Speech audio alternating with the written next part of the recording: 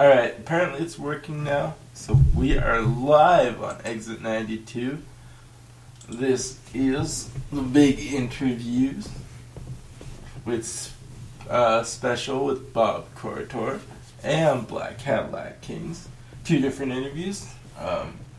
This is Mellow Mike Tanay here from Four Post Massacre, aka Metal Mike from Metal Meltdown. I'm filling in. Boo Bear can't make it tonight.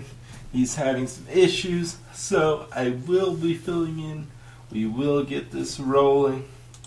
We'll get this jamming. Got a little Bob Corritor for you right now, which I do hope you enjoy. That will be the first track in this show, and then we'll toss on the interview.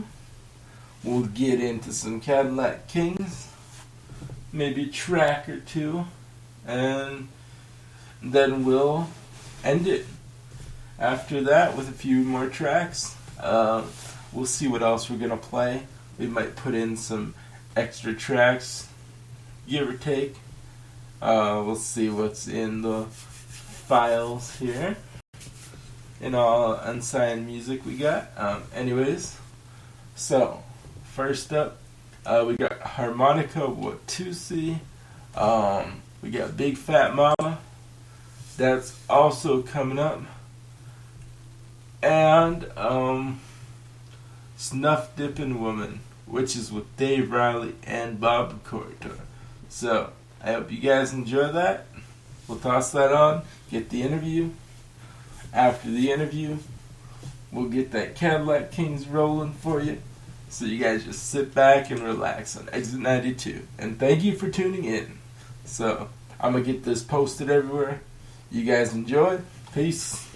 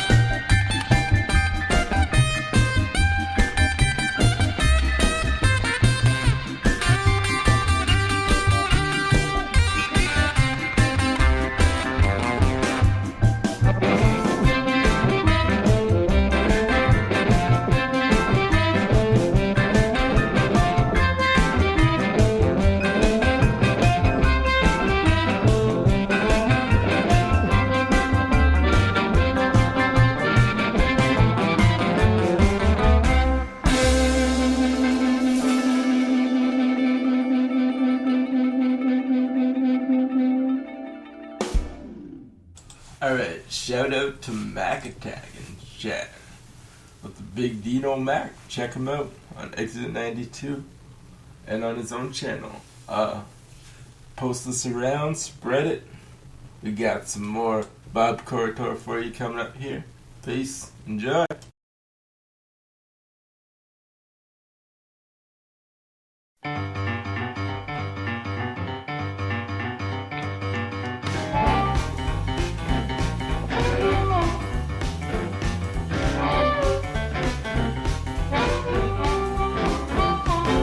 Big bad mama with me chicken on the bone. She's the big bad mama, we chicken on the bone. Every time we shake it to a man, oh God, lose on. It's the big bad mama, big bad mama. It's the heavy hip mama. That's the big bad mama. It's the big bad mama with me chicken on the bone.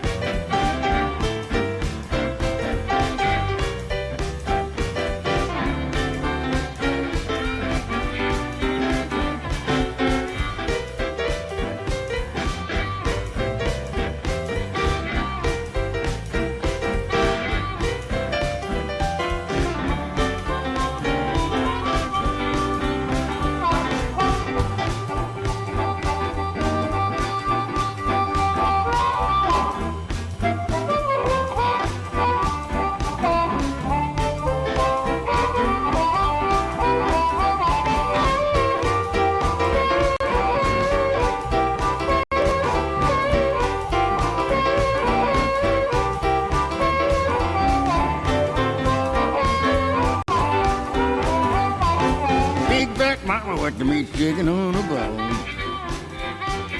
Big fat mama, eat chicken on the bone. Every time she shake it up some, oh God, lose on. Big fat mama, that's a big fat mama. Heavy hip mama, that's a big fat mama. Big fat mama with the meat chicken on the bone.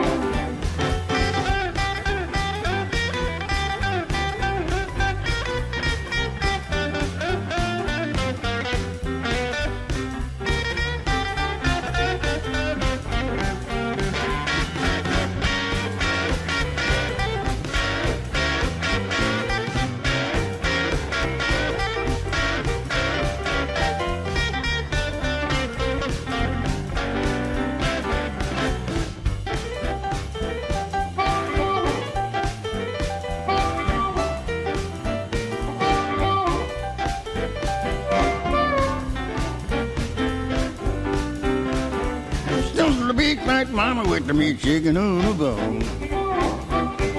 The big fat mama, meat chicken on the bone. Every time I shake it up to a man, oh God, lose on. That's the big fat mama, big fat mama, heavy hip mama.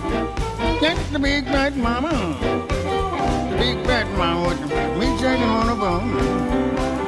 Still the big fat mama. Big fat mama, heavy hip mama, that's the big fat mama. Every time I shake it to a man, oh God, lose on.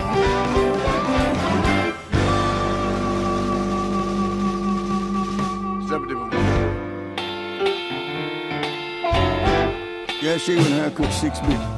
We gonna pay a ton mix back in the 20s. All right.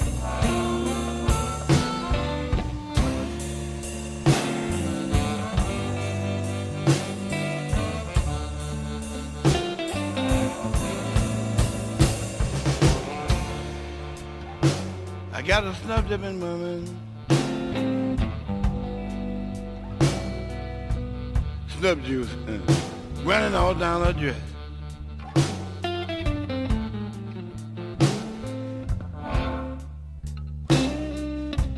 Yeah, I got a snub dipping woman.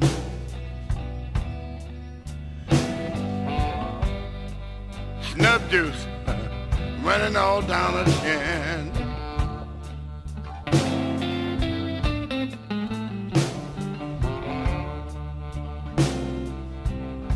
You know, she kissed me once, y'all, but I didn't know. But I never let her kiss me again.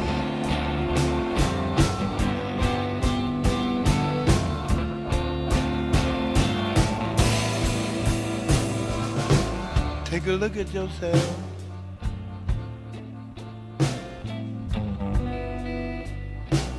Girl, you really look a mess.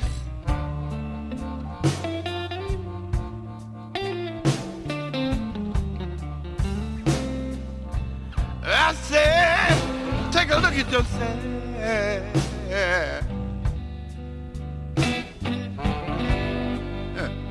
I declare you look a mess.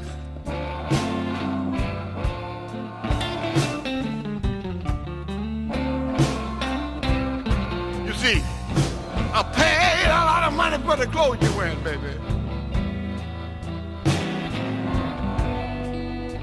Now you got snub juice running all down her dress.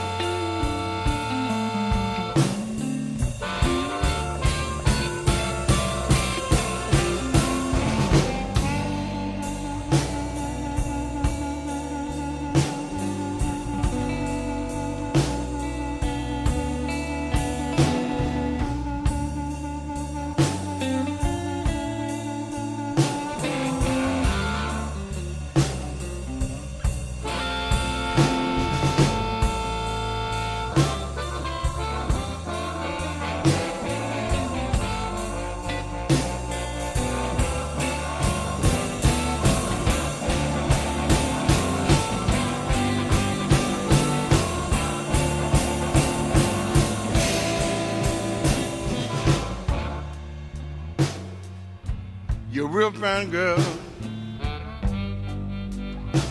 but girl, your habit is much too rough.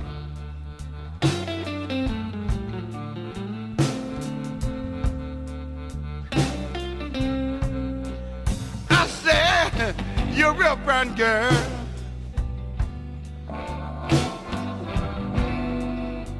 I declare your habit is rough too much.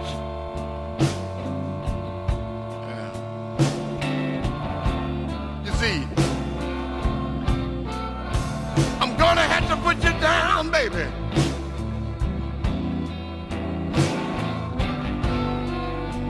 If you don't stop, if you don't stop dipping that stuff. I got one more thing to say right here, y'all. This is what she told me, this is how she said it. She said, before you leave me,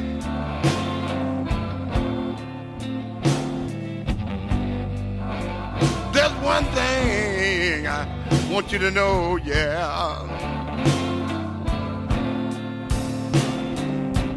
Oh, before you put me down, yeah. There's one thing, oh, I want you to know, yeah.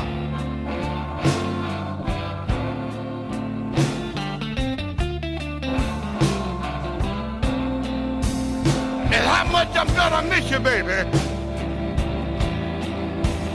Oh yeah, yeah. After you have gone away from me.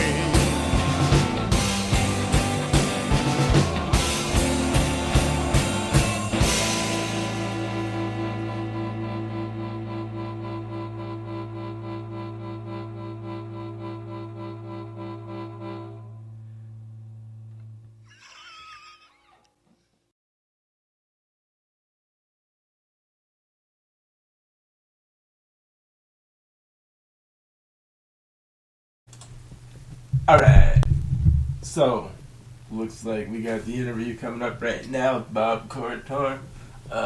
sorry for Boo Bear not being able to come in. He'll be on sometime this week. We got some more shit going on, so I'll just keep it locked into Exit 92. Sit back, relax, listen to the interview. Also, spread it around if you can. You got some people. Just give it a little toss here and there. And get this shit spread like AIDS. Not that bad, but... Anyways, alright.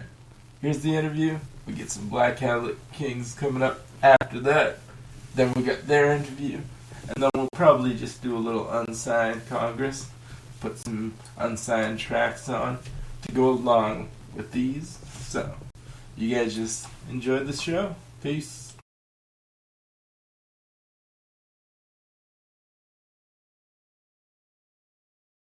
Hey, everybody. Welcome to another great interview on Exit 92 Radio with the big bad Boo Bear. And this time featuring one Mr. Bob Corritor. Corritor, is that the way you pronounce it? Bob Corritor? Thanks, Nick. Yeah, Bob Corritor is how you pronounce it. Yeah, okay. I've been trying to make sure I got that right. Because for a minute I was pronouncing it like Bob Corto or something. I thought maybe the R and E were silent for some reason. Bob Corritor is how we pronounced it growing up, but in Italy it would be Corritori, but my Sicilian grandparents softened it when they came over. So that's how that works. How are you today? I'm great, man. Really excited that, you were able to come on. Bob Corritor, famed harmonica player, has been in the business for, 30 years? 40 years? Boy, I haven't really put a number to that, but I've been playing since I was 13, and I'm 60 years old now. Whew. Being in the business has various implications and stages. So, I had a little band in high school. We played at parties, but that wasn't exactly a business. It was more just getting together and jamming. But then I started working probably around 1974. I started doing gigs when I was about 18, and I started getting a little bit of work here and there. And so I got through the math, and there you have it. So. Yeah, awesome. It was a long time, a lot of changes in the blues genre from the time that you started until now. But the first, I want to get started, and the first question I got to ask you, I ask everybody I have on. It's the inexplicable first question. So how did music start for you? Was it just something that caught your ear one day, or was your parents into it? How did playing music start for Bob? Well, I always liked music, and I goofed around with guitars and fiddles and flutes and things like that. But what really got me going, at a young age, I heard a Muddy Waters song on the radio, and that just blew me away. So I just knew that I loved blues from that moment. It had all the elements of music that I thought were the most important. It had the guts and the feeling and the passion. It had a coolness, a toughness, but a gentleness all at the same time. I just thought that was just something amazing. So, of course, I bought a Muddy Waters record and had a great harmonica on it. My brother had a harmonica, and he was goofing around with it, and he showed me a couple initial things of how to bend a note and how to make some sounds out of it, and he showed that to me, and I kind of took to it, and he said, "Oh, you do pretty good at that. Here, just have this harmonica." And then every day after that, I played. And lost a lot of friends in high school my first few years of trying to play. but I kept with it, and there were people that encouraged me and bands I could jam with. And, and I grew up in the Chicago area, so I was right around all this great blues. So I got to see Muddy Waters performing in my high school. I got to see Otis Rush playing, a couple miles away, and Hound Dog Taylor, Big Walter Horton would play on Maxwell Street. Wow. All these unbelievable opportunities to just see some of the best guys around growing up in the Chicago area. So I was just very lucky that I got planted there, and that was the music that I loved. So it just was just one of those things I had no control over. It just happened. So, I got into it. The bug bit me, and I just have never recovered since. I've always just been drawn to, general, but blues specifically, because blues is the main thrust of it all to me. That is like the best ingredient in all music. It's just that particular feeling that you get from the blues.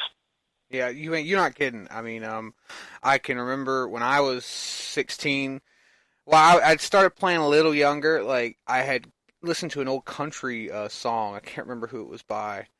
I think it was a Willie Nelson song came on the radio, and I loved the way the harmonica. So I started playing country first, playing along to like my grandparents. I lived with my grandparents, my mom, for a very long time. So it was Johnny Cash and Gene Autry, and a lot of the classic country guys. And then I can remember very vividly at 16. I'm still playing, but it's really rudimentary stuff. And one night I'm scanning through the channels, and I find a movie called The Blues Brothers, and that was it. I fell in love with that music. It was like, oh wow, The Blues Brothers. So I started looking them on YouTube and everything, and fell in love with it, and that's how it's been ever since. Well, God bless Aykroyd and Bellucci if they were your bridge. So we all have our bridge to get to the blues, and that's a pretty cool thing. And speaking of country, I think that country and blues, it's so similar. At times, it's the same. I occasionally do some work with some country artists. I'm blessed to be very good friends with Jesse Coulter, who lives in the Phoenix area where I'm living now. I moved in 1981 from Chicago to Phoenix. We became friends and started playing together, and I learned her songs. And so much of what we do is very blues-based, even if it's one of her beautiful ballads. But, I hear her play, and I get such a feeling off of what she does. It's exciting. But blues, again, is what I grew up around, what I know the best. And even when I play with Jesse, I feel like I'm really putting blues style harmonica into a slightly different bag than it would naturally be in. Where you hear some guys that are just pure country players, and they've got their own thing that's just really beautiful. But at times, like I say, there's things that are right in between the two musics that you can't really tell one from the other.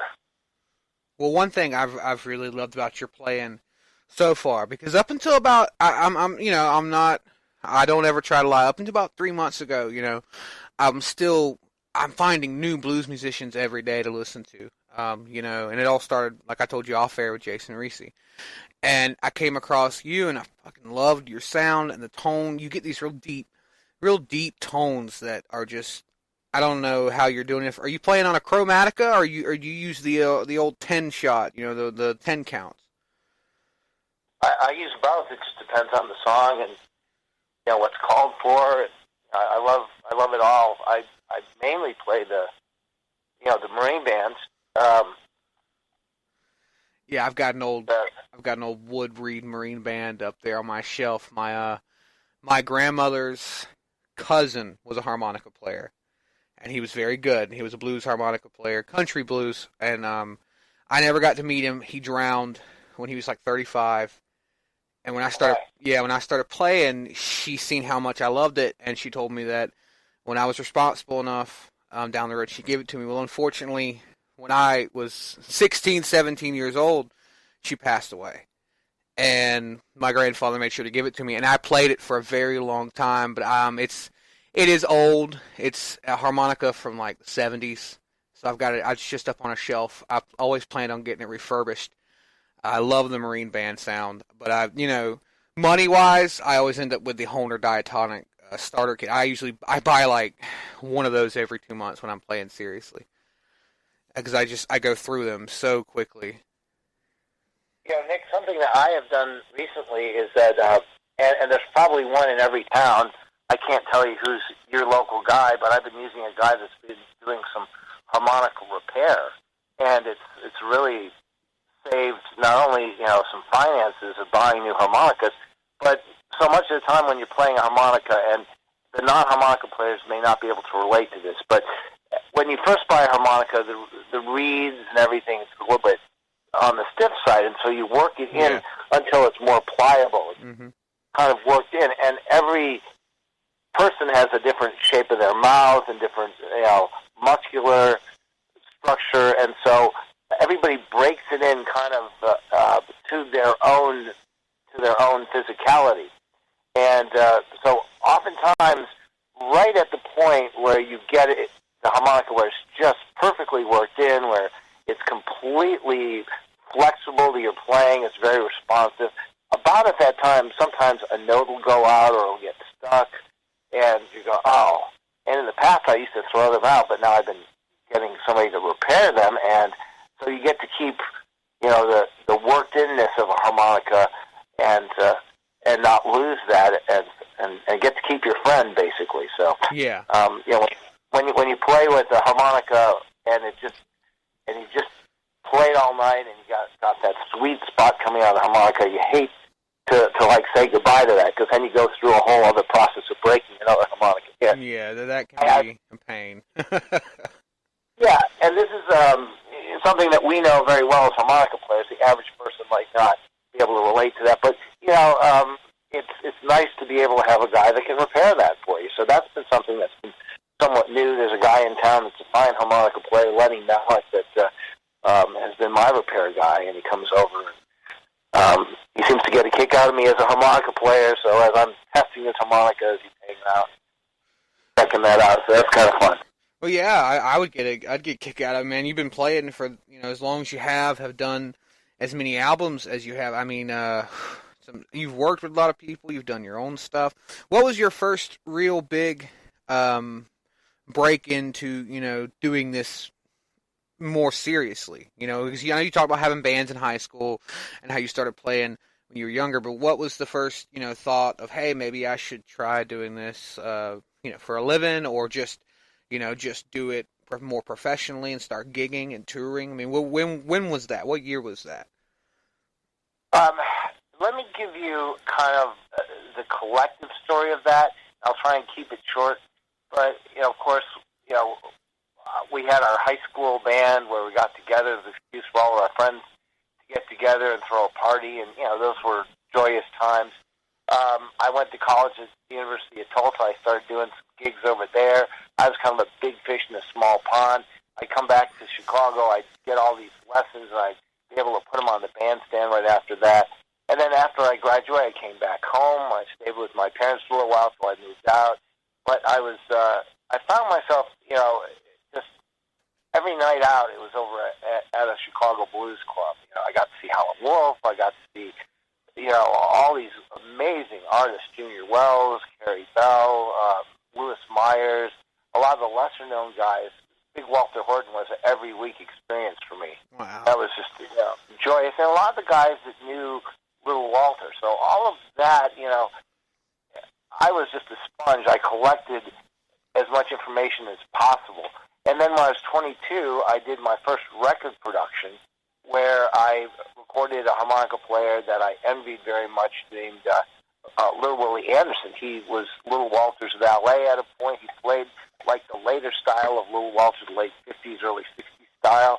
He had that real rough and tough sound, and I put together a record that would come out, and that came out in '79, I believe, and that kind of brought me into the idea of recording. That was one kind of milestone, and I got close to Little Willie in the process and got to learn some great harmonica tips and all of that. I was already pretty entrenched in that, and the guys, I used to go see the Aces and Eddie Taylor and all those, so I knew so many of the great artists already. It was interesting to change my role and then become a producer. I did that again about a year later with Big Leon Brooks, another great harmonica player. And these were, some bonds and some friendships. I moved in 1981 over to Phoenix, and I was followed shortly after that by a guy named Louisiana Red, who I've heard of him. Yeah. Oh, he was amazing. Yeah. Well, he came and he stayed with me for a year before he went off to Germany on a tour. He met his wife. But it was during that time that, prior to that, I loved harmonica. It was like everything I did in my free time, but I still had it programmed into me that I had to do the day gig. So That's just what I was taught. And here was Red. And I don't know that Red was exactly the best example as far as leading a stable, financially secure lifestyle, because he absolutely was not. But he loved music with such a purity that it made me realize, it made me connect with my own purity of love of the music. And I realized at that point that I'd been fooling myself, thinking that I, would just be able to be a hobbyist in harmonica and keep some sort of day gig, So at that point, harmonica became my priority. I would always have little side hustles. You have to do that, where you work a part-time job. But I never, at that point, looked back. I just knew I had to do this. And that was probably around my 26th or 27th year of life. I had to go and confront my parents and tell them that this was my life plan. And sorry, I know you had different plans for me, but this is what it was. And, they accepted that. I really appreciate that about my parents. That's awesome. It was from an honest place. And, again, being a musician is not an easy road, No. So I always had a side hustle. I always did something that would make sure and pay the bills when the bad months came, and they always would come, or when the van wasn't working and I had to get it fixed. And, something would happen where you have to spend more money than you're going to make as a musician. Yeah. Again, all of that happened. Then at a point, I got very involved in the Phoenix music scene. I brought Chico Chisholm, a great drummer from the Howlin' Wolf band. He came in 1986 to Phoenix. We became partners in the blues. I started doing some recording sessions around then with myself on harmonica, which was kind of new. I didn't know how worthy I was of taking up that space. And it then became like a real, almost a test for me of like, well, am I occupying this space with worthiness of that? And I was pleased with some of the results and not pleased with others, but it became a real interesting reflection point for me where I could grow and I could learn what I was doing was working and what it wasn't. And, that has remained to this day. But then another milestone happened in 1991 where I opened a club called the Rhythm Room. And I'd done a few sessions here and there, but all of a sudden, having this nightclub, I had this access to all these great musicians coming through. Yeah. Great house band that had Chico Chisholm on the drums. I had, just a killer opportunity to bring in artists that were coming through, or maybe even fly some artists out from Chicago. And so I would do these shows at the Rhythm Room, and I would offer a second gig to bring some people into the studio to record a few songs. I started compiling this treasure chest of unbelievable material by these guys that were out there touring, and I was offering work to them, and it was just a win-win situation for everybody. And all of a sudden, again, I found myself in a situation where I'm getting to play with some of my heroes. I go, I had better live up to this opportunity I'm getting. I'd better do my best to continue to grow and play the best I can. So, anyway, in 1999, I put out my very first release as a harmonica player. And it had been a number of years I'd been compiling different sessions. And so when I put this out, I had Henry Gray and Arlo Burnside and Bo Diddley was on a cut, Jimmy Rogers, all these amazing artists that I had the opportunity to perform with and be in the studio with. And people were going, well, who is this guy with this funny last name that is now putting out this record as if he belongs in this fray? And I was, concerned about being accepted. But I was very pleased that DJs and the press seemed to take to it, and the record seemed to sell well, and it created a great relationship with my record label where I was able to do other things. And then, through the years, I put out more and more releases, and in this year, in 2017, in April, I'll be putting out my 12th release under my own name, and I think I've got about 70 or so records where I'm playing harmonica on different other records of other people's. Yeah, I was about to ask you, because now I'm looking at your.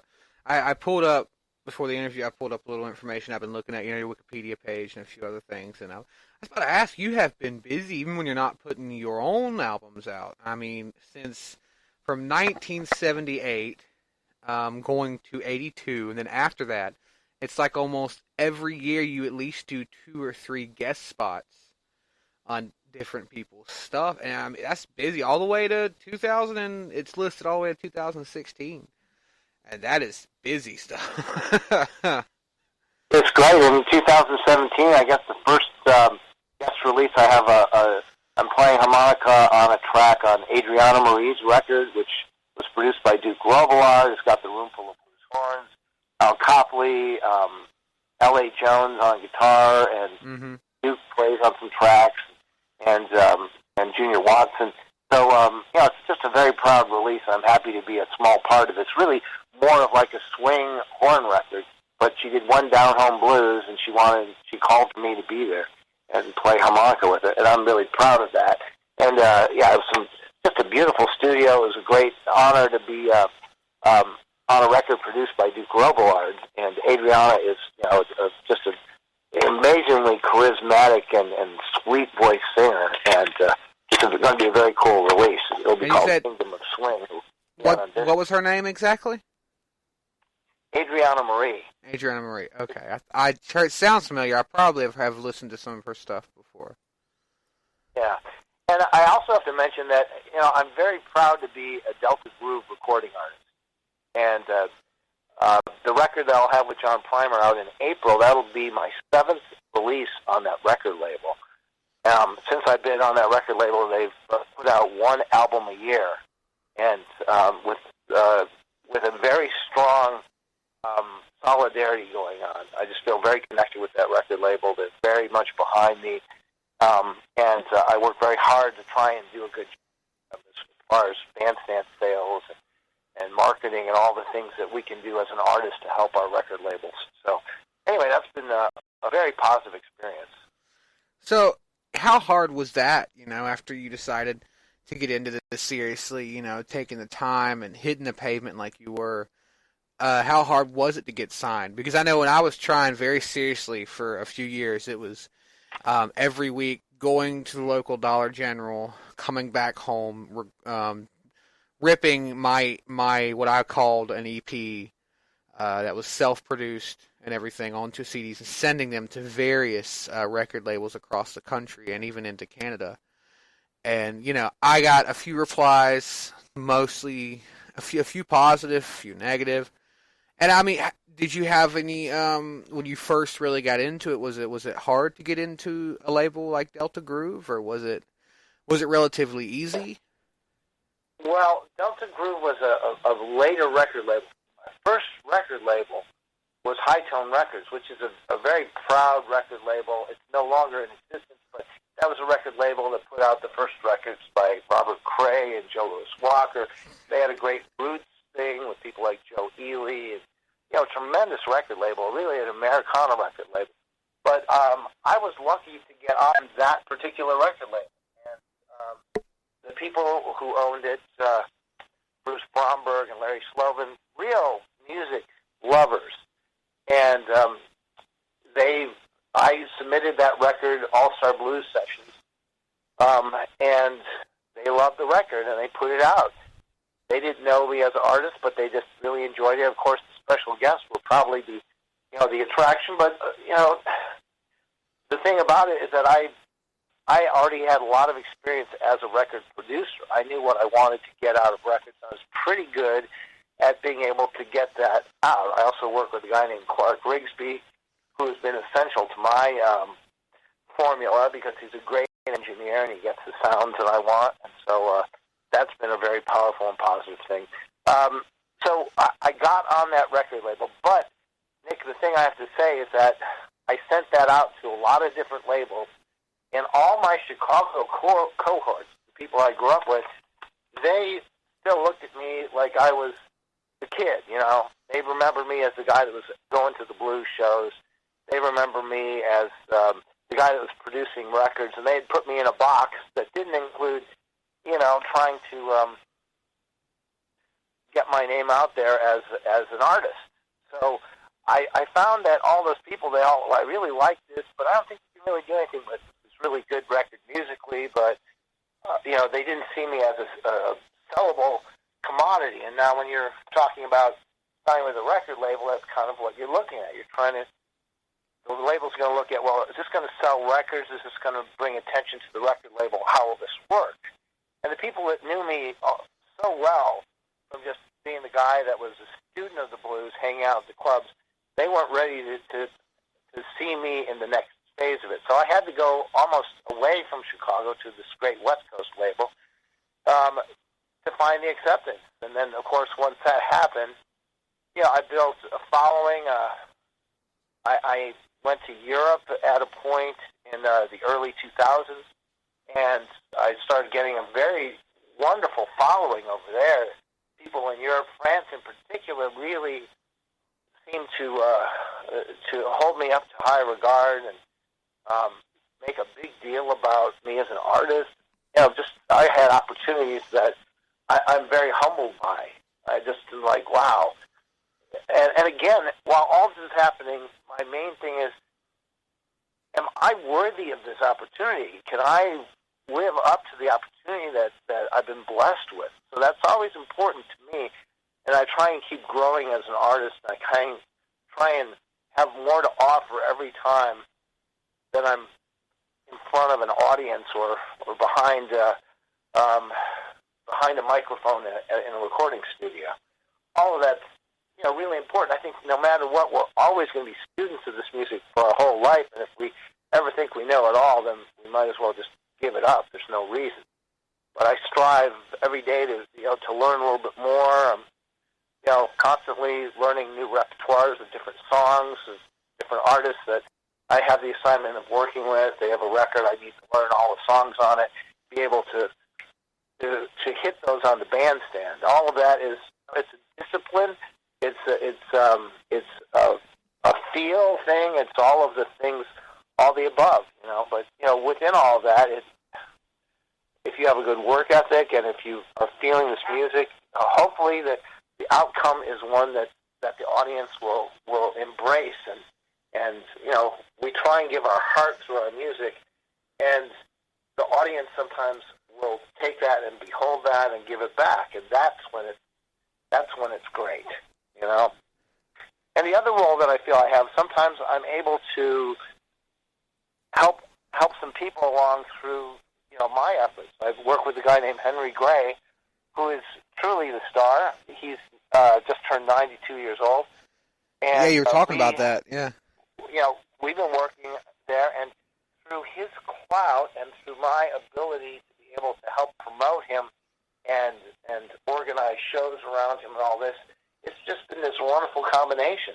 We played to thousands of people over at the Hondarribia Blues Festival in Spain. We've got upcoming shows at the Chicago Blues Festival coming up in June, at the Edmonton Blues Festival in Canada coming up, and it's just this win-win situation. So you find yourself in a partnership with different people where everybody puts their resources on the table, and together, as a united front, you become bigger than any one person could do on their own. Mm-hmm. That's a very positive thing. That's one thing I've always enjoyed about the blues music scene is stepping away from the music, even just a little bit that I have began dabbling into, talking to Jason Reese, talking to the Black Cadillac Kings out of Oregon, talking to you. It seems like there's a brotherhood out there between the musicians, and that you guys all try and once you play together, it's somewhat like you're connected for forever. This is true. And then if you record with somebody and you make like a great record, then you are literally forever connected. That's something that is, you've just shared the most powerful thing that you have as a human being together, and you put that out there for the world then to share. And that's a huge connection. If you think about it. I've always looked at these recordings as very sacred for that reason. So yes, and I have a great appreciation for the old masters. I mean, I just have Mhm. always loved that particular sound and content. It's interesting now that I'm older that so many of them are not around, and that some of the people who are considered the veterans are now my age, you know, or not that much older than me. You know, a guy like John Primer is, I think he's about a dozen years older than I am. Which he was a young buck when I was coming up. I used to go see him play with Junior Wells over at Teresa. Oh, I love me some Junior Wells now. Some good stuff. Yeah, it's just kind of fascinating that, you know, we've had this long, winding history together, but it wasn't until maybe 5 years ago that we started, you know, collaborating. And so we're like, oh, okay, you know, why didn't we do this before? Because we just, you know, we think the same way because we both have this strong Chicago upbringing. And so we put out a record that, you know, was highly acclaimed and very well received on Delta Groove a few years back, and we're, again, excited about our upcoming one. So, you know, John's just a good person and a great, great player. He's one of those, like, most likely to succeed guys because he's so highly pedigreed, having worked in the bands of Muddy Waters, Charles, Magic Slim, James Cotton, Willie Dixon. He's been there, done that, and he's a great singer and guitar player and frontman. So, you know, speaking of old masters and such, you know, the last few years has not been kind to the brotherhood. You know, I guess as you could call it, as we lost BB, what, 2 years ago? I think so, yeah. And then we just lost the drummer for founding member of the Allman Brothers. What, yesterday? Yeah, that is sad, man. I love me some Allman Brothers. You know, whenever my stepfather moved down here, and you know, at this point, I was getting into the blues very heavily. You know, after I seen the Blues Brothers, I started. I had some friends who I started hanging out with. They introduced me to Stevie Ray Vaughan and Gatemouth Brown from Texas, and a lot of these really good guitar players, and I couldn't play guitar to save my life. I'm fucking terrible at it. But, you know, I really just loved it. And then he came down, and we had never really had a relationship up to this point. Just, you know, I don't know if you had a stepfather or anything, but you know how that is. He's a new person, and it's just hard to relate with somebody that you don't really know, and, you know. And then I told him I started playing, and the first thing he does is he grabs a best of CD, and it's the Allman Brothers, and we sat down and we talked and we listened. It was sort of a bridge for the both of us, and that was really cool. You know, the Allman Brothers, people like that, and he introduced me to Meatloaf and a lot of classic 80s and 60s and 70s rock, and it was sad. It was sad about the Allman Brother drummer. You know, it was very sad. Yeah, there's so many greats that just keep, you know, we just lose name after name after name, and some of them are big names, some of them are small names, but they're all, the ones that I know personally, they're all big names to me, and it's just painful to say goodbye to so many of the people that you've known, some for many, many years. And you go, well, you know, I had 30-year friendship with this person. I got to do this, that, and the other thing, and you think back, and you're proud of the relationship that you had with them, or that you might have just been a fan of theirs from afar and just admired them. Yeah. Played records and part of the soundtrack of your life, because you always had that CD in your car, or way back when. You know, for me, it's like, well, I had that 8-track in my car. Yeah, right. You know, I had a cassette tape. You know, I'm old enough to know what 8-tracks and cassette tapes are. My mom had a 8-track player. It was funny.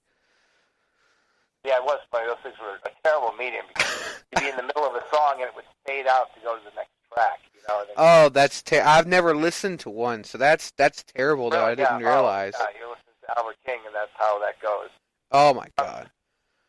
Yeah. So it was a archaic medium, but at the time, that's what people had for. Mm-hmm. I mean, everything has changed now, but you know, back then it's anyway. So. But here we are in today's world, and you know, so many of the people that I looked up to for the Attaboys, they're not there anymore. So I'm kind of on my own, and now I'm finding myself working with some wonderful young artists. I was just talking on Facebook earlier today with Big John Atkinson, who I put out a record with last year. By the way, it's up for a Blues Music Award. That's right. That's right. You are up for a Blues Music Award. Congratulations, sir. That is awesome. I'm very proud of that. That was a hard category, the traditional blues. We did that record, and it was like all in his living room, and we just used all vintage equipment, all vintage recording equipment. Amazing, to play in that, less modern forum. And we put out this record, and I did not know how it would be accepted because it sounded like an old record. It didn't sound like the current state of recording, and people really gravitated towards it. Plus, Big John Atkinson is just an amazing player. He's from the South, so he made this record. It's a very Southern record. It's just got his Southern thing in it, and he brought out these different qualities in me. I really dug that.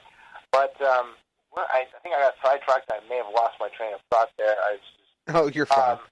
So Big John, though, is when he recorded that record, he's 28 now, but he recorded that record when he's 26 years old. Wow. And one of the drummers that we had there was a 19-year-old African-American kid who's just brilliant, just has the feel, And you go, okay, well, here's the new crop of tomorrow's blues guys that today are emerging. And you're going, oh, my God, that's great. So the record I did before that was with Henry Gray right before his 90th birthday. And then here, the next record I do after that was with a 26-year-old. So it just goes to show that blues comes in all ages, shapes, and sizes, and it's just a music for the people. Obviously born of the black experience, obviously a very proud and noble tradition that came from hardship, and now it's being transferred to the generations in a different filter than had ever been done before. So here we are in 2017, loving the blues and trying to be the keepers of the flame.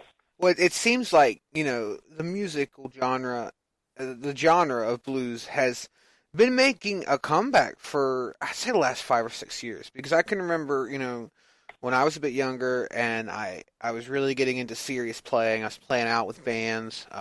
My uncle, great drummer, he played for a cover band here in my town. And he heard me playing one day, asked me to come up, and I'd play every weekend with them. I'd come up, and I'm at 16, 17, so they were letting me in the bar long enough to come and play, and I'd have to sit at the bar the entire time by the bartender, so I didn't sneak any drinks because they liked my music, my harmonica playing and such.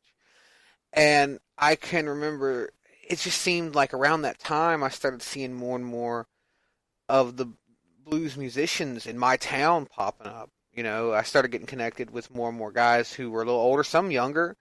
And then I started seeing more albums like Kenny Wayne Shepherd. He put out an album around then. And then, there was another young guy, Johnny Lang. I'd seen him for the first time putting out an album around then. And it seemed... Go ahead. Oh, yeah. So you have these younger guys that are coming up. And so much of that, of course, is a younger style of blues. It's taking the blues from its roots and then kind of interfacing it with a different upbringing. Mm-hmm. So, when I hear those guys, I can hear the generational shift, the shift to a more modern culture. There's obviously some rock vibe to all of that. And that's the point of that. But, I tend to be a little bit more on the traditional side. I have, played in certain rock blues things, but I'm much more of a traditional player. So I gravitate towards the traditional side of things. But, all of it is part of this musical family called the blues. Yeah. Yeah, that is very true. So, playing for all the time that you have been playing, you've obviously been on tour more than once, I would guess. Quite a few. I've been for many times in many countries. So, how many times have you been out of the U.S. touring? Is it you have a bigger fan base out in the European Union and UK and all that, or is it more of a homegrown fan base? Well, I'm just about ready to fill up my second passport with stamps. Oh my God! So, I don't know how many times, but it's pretty many. So I tend to go out of the country, probably about 3 or 4 times a year. Sometimes a little more than that. So, and sometimes I'll do some multi-country tours. Sometimes I'll just do a one-off, a festival, or a few dates in France or something. So, last year I did. I played in Belize. I played in twice in Europe, and I had one other out-of-the-country trip. Was it to Canada? I'm not sure. Yeah, it was to Canada. So that was just last year. Wow, that's insane. That's a lot of traveling. Does that ever wear and tear on you a bit? I mean, the jet lag and such, or? Of course. I mean, going out of the country is it's a huge physical experience. I've gotten better at dealing with it, but you just kind of roll with it. But yeah, I mean that's you get tired, but at the same time you're going to play where an enthusiasm is just amazing.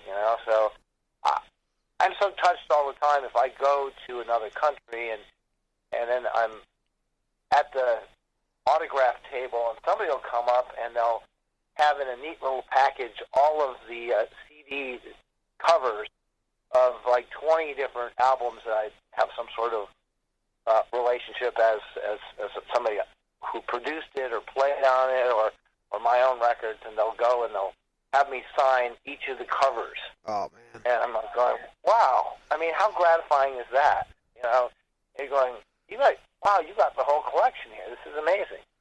I mean, and some of these things are kind of hard records to come by. They only came out in small runs. Yeah, like people will find a way, though. They will find it somehow. Yeah, the internet is amazing. Yeah.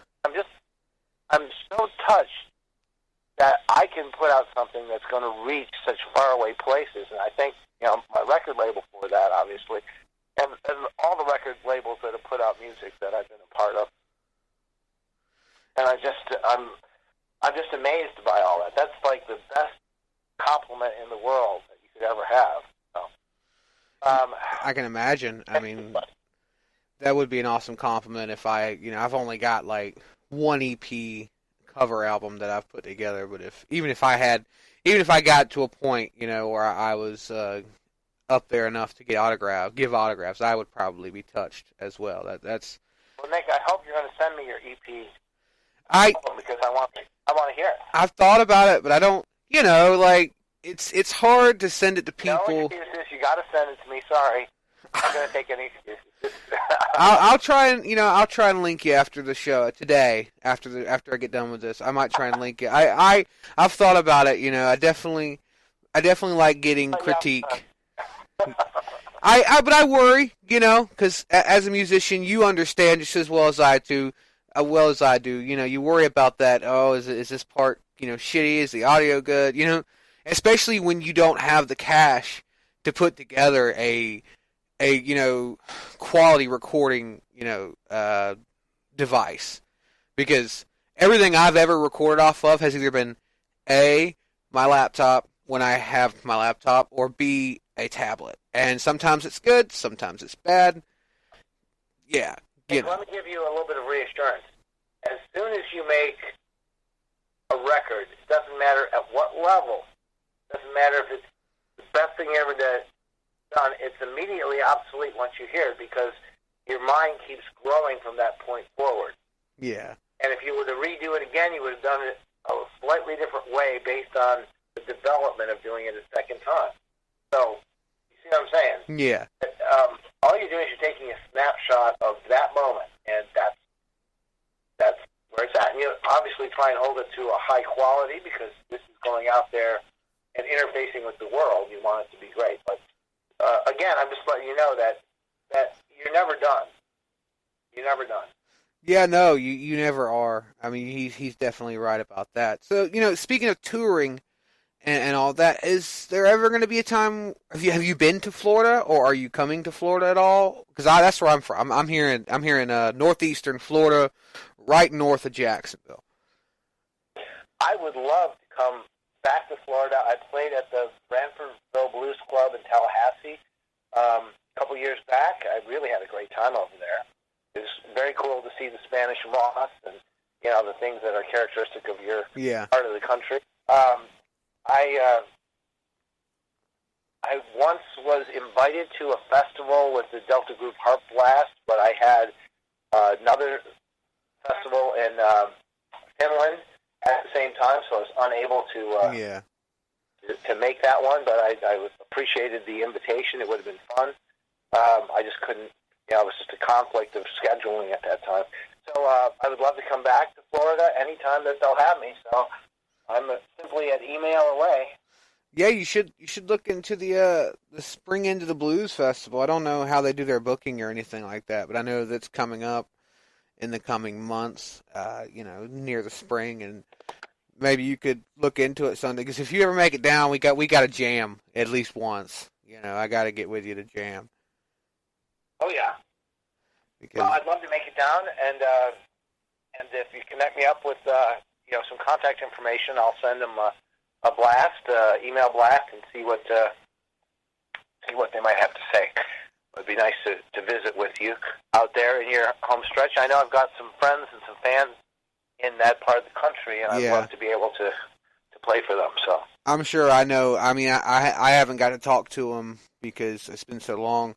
I used to jam out at a place called the world-famous Bull Tavern out in Jacksonville.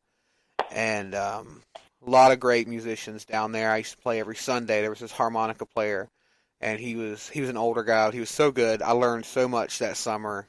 You got to love incidental luck, that kind of thing, coincidental stuff. It's just interesting. It's just like my first full set of harmonicas. I didn't have the money to get them at the time. I didn't have a job. I was a kid, and I was just trying to find enough money to buy one harp. Well, one day I had a few harps, but they were old. I had them since I was 12, 13. My grandma got me that set, and I'm 16, and this man comes over. I had been playing every night for 2 weeks, practicing, playing, putting on the radio, playing to whatever I could find to play with, And this guy walks over, and he's got a case in his hand. I still have this case. It's an old black wooden case, red velvet interior. And he's like, hey, this guy played at our church. He's a preacher. He played harmonica at our church, and I've called him 3 or 4 times. He won't answer. He left his case of harps here 2 or 3 weeks ago and has not came back to get them. And I don't want to throw them away, and I don't know who I'd sell them to. I hear you play all the time, and I thought you might well like them. And that was awesome. I still have it. I still have the case. The original harps, they're gone. They were a set of some off-brand Soul Man harmonicas. And not familiar. Yeah, I played with them. I'm a Honer guy, as you know. Yeah. Actually, Honer endorsed me, but Soul Man harmonica. Okay.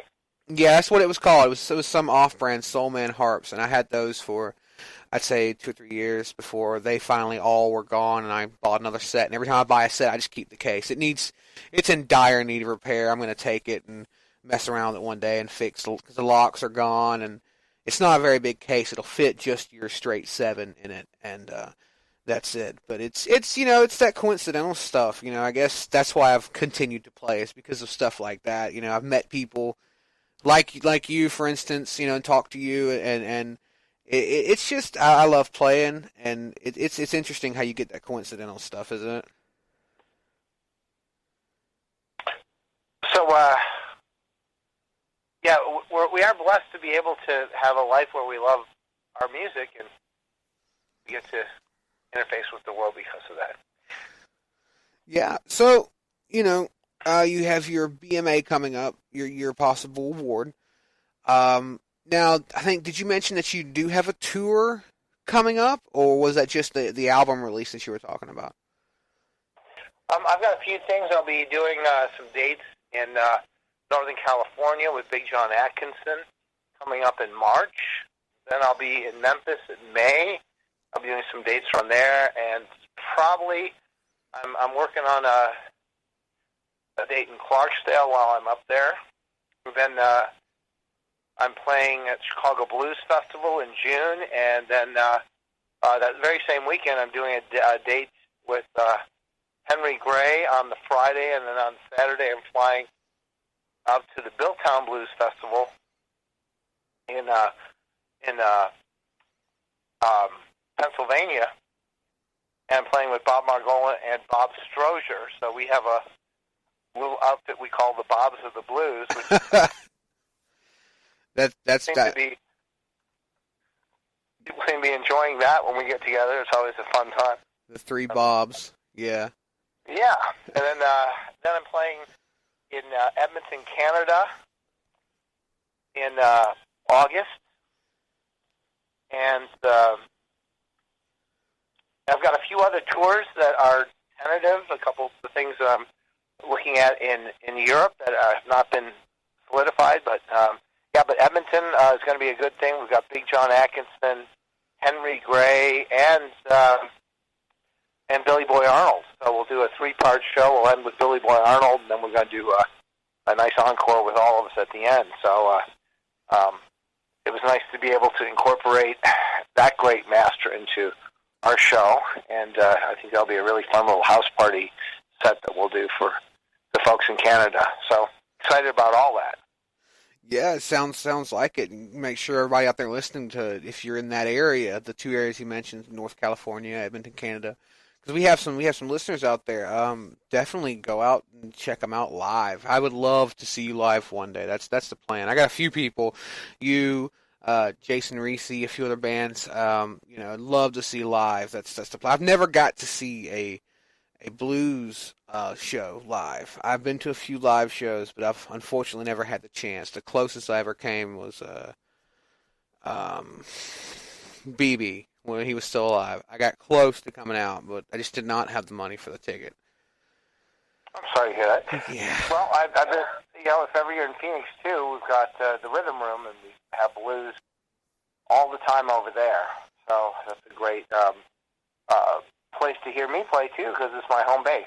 So that's right. The Rhythm Room, your own personal nightclub. If you're out there in the Phoenix, Arizona area, you need to definitely check out the Rhythm Room. Yeah, man, you need to outbrand it and make another one out in Florida. You need to do 2 of them. I don't think so. I've got my hands full with this, and it takes every bit that I have to balance what I have going on right now in my life. So adding another nightclub is probably not in the cards. But thank you. That's a compliment that you would say that. Yeah. Well, I mean, dude, your music is solid. I mean, it's awesome. I'm so happy that I've got the chance to talk to you so far today. This has been awesome. I mean, because, you don't get to talk to people, who have been playing as long as you have, who has done as much as you have in the last, 30 some odd years. And you just don't get to do that. And so I enjoy the experience and, getting to learn about you. And it's just really cool. I do appreciate it once again for coming on.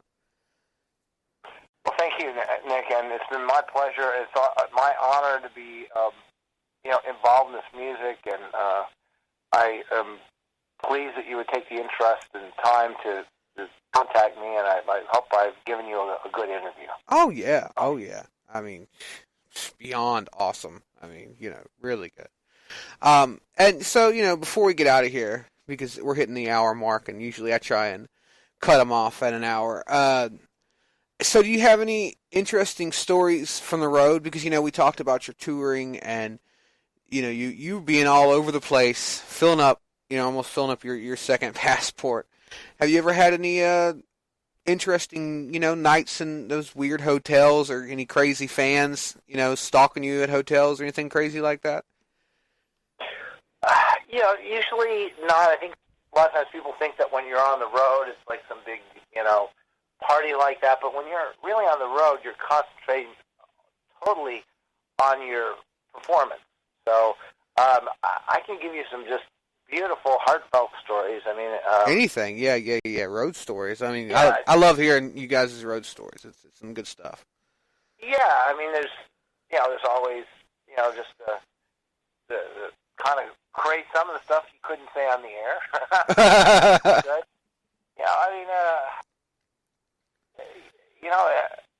I mean, there's times that I did like the American the Chicago Blues Festival tour, which is a French promoter has been doing that since the 70s. I got to do it with John Primer, Billy Flynn, Peaches Staton, Melvin Smith, and Willie the Touch Hayes. And so this is where they get like an all-star band, and they put everybody together, and you become a band for a month. And we played every night for 4 weeks to packed out houses and performance centers all around Europe. Every one of our shows was pretty much, if not sold out, almost sold out. It was just these great, wonderful halls, and that was kind of a really powerful, positive thing to be able to do a full month of just nonstop, great audiences, great meeting people, all of that, and by the end of that tour, we were like the best band. We had been playing together every day, traveling together. We knew each other, well. They had a wonderful tour bus, this Mercedes diesel engine mini bus that we all had our seat, and they had headphones and a DVD player, and we watched DVDs while we were on the road. It was a grueling, grinding schedule, but it was always so fun because every night was all about playing, and that was all we did for a month. So, you get to grow a lot as a musician in those times. That's really positive. I don't know. I mean, a million great stories. I remember playing at the Lucerne Blues Festival in Switzerland, and in my hotel room right next door was Charlie Musselwhite, and I was playing some stuff, and next thing you know, Charlie's over in my room, and we're just kind of talking harp, and that was just a lot of fun. And just being able to kind of ask him about the philosophy. Charlie and I had been friends for a long time, but it was like the first time we ever sat down and really did harp together. So I've always really respected Charlie as both a player and as a human being. He's just a great man. But that was a really nice little connection. So many great stories about just being on that stage, and then actually I always call it kind of a churning situation where you give your energy out to the audience, and the audience takes it in and processes it and gives it back, and next thing you know, you've got this circular motion back and forth between you and the audience, and it takes you to this otherworldly place. You kind of go into this mode where you're seeming to be able to go past what you knew as your boundaries, because there's just this amazing energy in the room. It's kind of a spiritual thing. So, Yeah. That has happened a number of times. Playing in Brazil is an amazing situation because you're going down sometimes these dirt roads, and you have to stop when a donkey is crossing the road, or a cow, or chickens, or whatever, and then you go and play the next place, and sometimes some beautiful venues, sometimes surrounded in poverty. You really get to see the world as it exists, and all of its good and bad. That's an exciting thing. I love going to different places and seeing the different cultures, eating the different foods, meeting the kindness of people. Wherever you go, there's a real love of music, a real universal humanity. Every culture has that, but it's its own brand. So that's kind of a very exciting thing. So as far as exciting stories, I don't know. I mean, I have plenty of getting stuck at the airport stories for a day and things like that. Those are not exciting. That's the downside of it. But then there's the joy of spending a week with a family that is your host in Poland, and eating, kielbasas and sausages and cucumbers and various Polish foods for a full week, and experiencing, life through the eyes of a Polish family who are your host, who brought you in and you're staying with them. And, things like that are really exciting, and wonderful and charming. Going, down the road and the mom and the daughter are singing a Polish song, and and you're just going, this is a very special thing. I've just been privileged to experience. Yeah. Just a really wonderful cultural exchange. So that is great, because that's one of my favorite things about doing this, with these podcasts and these radio shows, especially with the interviews, is that I have gotten to connect with, so many different people across not only, the country, but the world as far as bands and, I do other podcasts, wrestlers and wrestling personalities. It's just, it's interesting. I actually connected with a blues band out of Israel, and I didn't know that Israel had any kind of blues scene whatsoever. I didn't take it for an area that would ever have a blues scene. I was dead wrong. A very good band called the Electric Blue Band. Very, very good. Very good. Oh, yeah, I actually know another band from Israel. So another blues band. So apparently there is that. The blues travels everywhere. You can't stop it, And when people hear it, it can change them. It can, it can alter their life. So, this guy who just passed away, Sven Zetterberg, amazing singer. Just an amazing singer. I met him in Chicago some years back, and then we reconvened, and then through a band called Trickbag, who's a top Swedish blues band. They had me guest on their record, and they had him guest on the same song, so I got to record with him singing. And, these guys are great players. They didn't grow up in the United States, but they have studied this music, and they're as good as anybody out there. Yeah. So, that's another great little, tidbit of information. Just the all around the world quality of this music. That it boggles my mind that can happen. I played in Panama a few years back, and a guy who was a harmonica player from Costa Rica traveled to Panama to see me play because he was a big fan. And I go, wow, how does that happen? Yeah. So that's really cool. Just stuff like that is amazing to me. Yeah, it is. It's amazing, and it's gratifying to know that so many people care about your work. It's a great feeling. I would guess. And yeah, and I think it's much greater than my work. I think the blues as a whole, I have a small part in that, but it's much, much greater than my small little contribution to it. And so just to be included in that movement in any degree, to me, is a huge honor. Yeah, I mean, it is an honor to be. That's something I would love to have one day myself. But two more things, and I'll keep, because I don't want to keep you too much longer. Two more things before you go. Number one, so you've signed, you've worked with all these different labels, all these different artists, and did you ever see this being this big for you? Did you ever see playing blues harmonica, for yourself and in different bands, be as big as it has gotten for you over this amount of time? When I was in high school and I was starting out harmonica, if somebody would have fast forwarded and shown me what my life would be like, I would not have believed it, And back then, I was like listening to Muddy Waters and Little Walter and Jimmy Rogers, and then, in the 90s, I got to do a couple tours with Jimmy Rogers. That was like, I go, oh my God, because I'd go to bed at night in high school dreaming about the Jimmy Rogers record, Chicago Bound, and to actually work with that guy and connect with him as a friend and as a musician was is such a great honor. So, yeah, I'm thrilled beyond belief.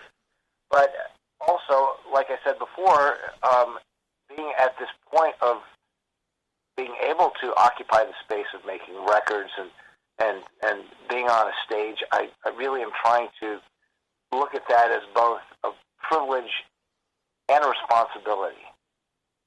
Because if I am to do that, I need to live up to that. And I try every day to make sure that I can bring my offerings in a positive way to that stage. So Yeah, I mean that's I think that's everybody's want to be able to do that. And final thing that you had mentioned off air earlier when we talked a few hours back, you said you've had a radio show going for quite some time. 30 years, 33 years? it'll be 33 years technically next week. Wow, man, that is freaking awesome. So how is that? Is that that's something that's another hobby, or is it something that you try and make money from as well, or is it just like I said, a hobby? Well, I originally started as a volunteer. I get a little bit of pay. It's really not a lot of money for what I do, but it's not really the point. I would still do it as a volunteer, but they insisted on paying.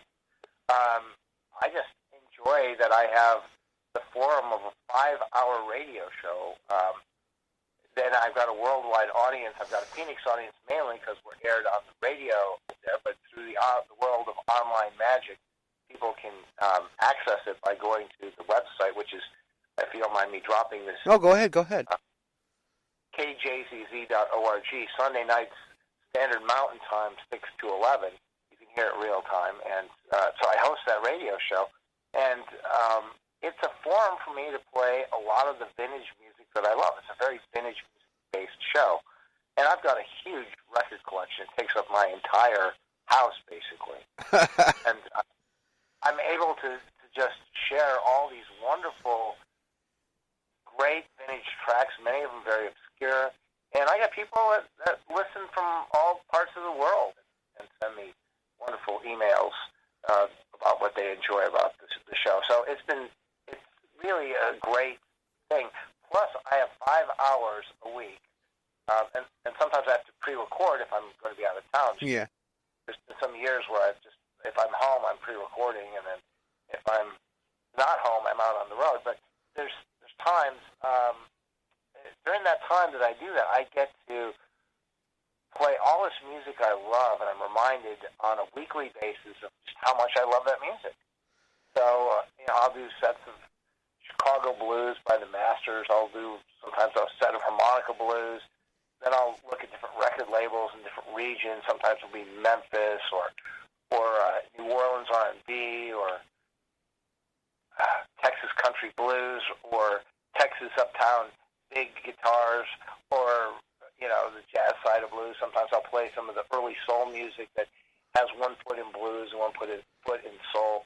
There's just so much great music, and I love it all, and I really have spent a lifetime collecting it. So I get to re-reference it every week, and it's a joy for me. So that's great. That's awesome, dude. And I'm glad that you have been able to do everything this long and are continuing to play. And I'm hoping many more generations get to hear a lot of Bob Corritor. And it was a joy. It was an absolute pleasure to have you on here today, sir. I have learned so much, and the people out who are going to be listening have learned so much about you, sir. And I appreciate it. This is exactly what I'm talking about when I get an interview, because last week I have had 1, 2, 3 interviews. Got a 4th one going tonight, live interview on the show. Yeah.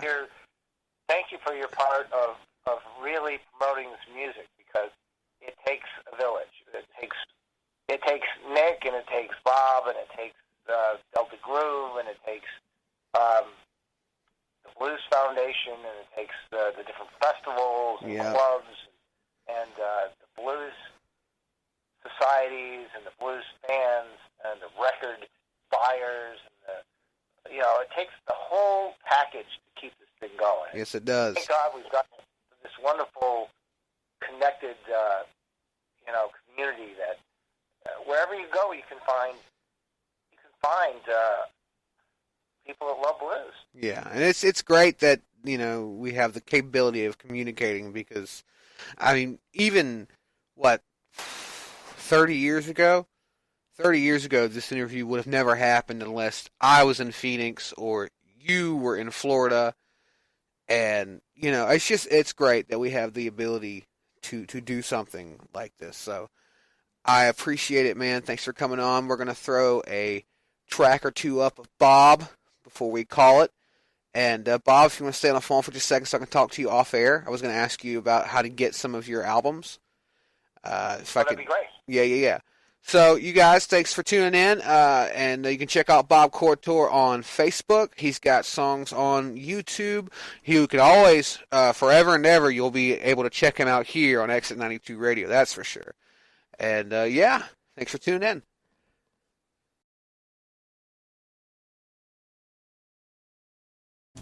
All right, and that was the Bob Corritor interview with Bob Corritor and the Big Bad Boo Bear. Thank you all for tuning in. Let's check. Shout out to Nabs in chat, Mac Attack, and of course Boo Bear's listening. We got some Black Cadillac Kings for you next with Down Forever. Then we're going to toss on Bad Cookie and Mighty Joe. And then from there we will spawn and we'll put on the interview and some more tracks possibly and get some more of that unsigned goodness for y'all. So hope you guys enjoy it. Sit back, relax, and just jam out. Peace.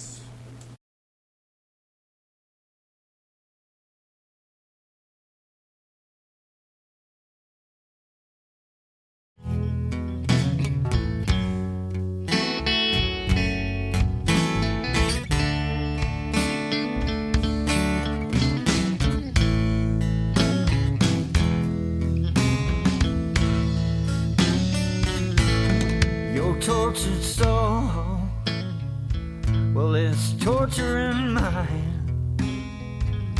Now demons walk freely around in my mind.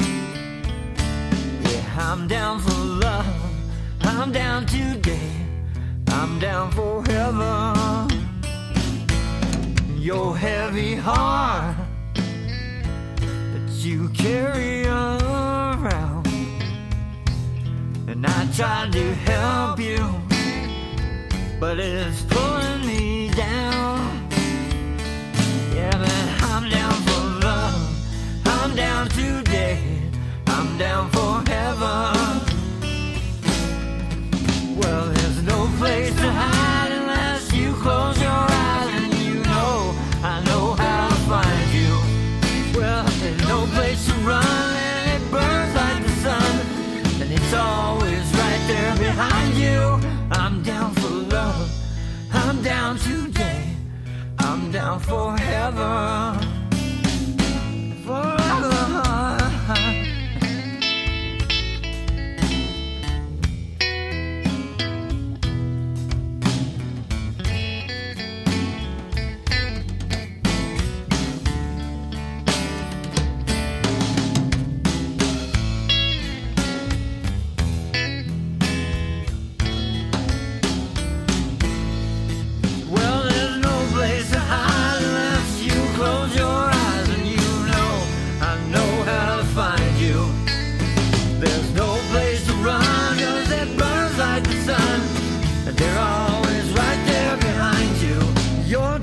Soul, it's torturing my mind. Now demons walk freely around in my mind. I'm down for love, I'm down today, I'm down forever.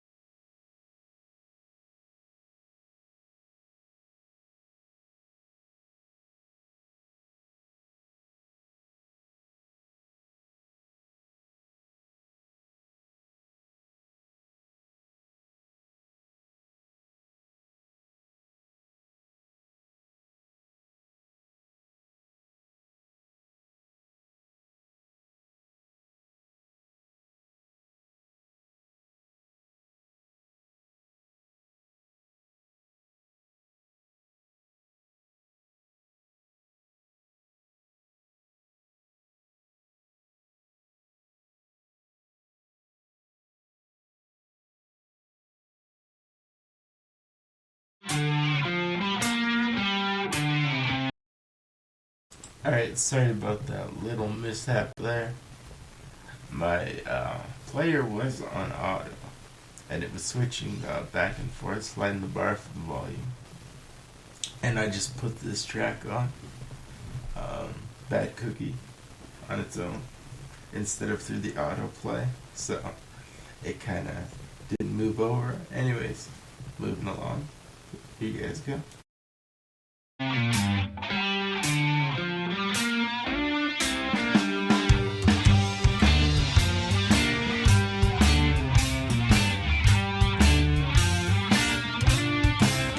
Oh, my mind is racing and I can't sit still. I can feel it coming like ants on a hill. I can feel it coming on strong. I can hang in, but I don't know how long. Bad cookie, real bad cookie. Bad cookie. She's a real fine cookie. She's a bad cookie, and I did it to myself. If I sit down, I will just fade away. I can see the light, but it's not the light of day. Bad cookie, a real bad cookie. Bad cookie. She's a real fine cookie. She's a bad cookie. I did it to myself.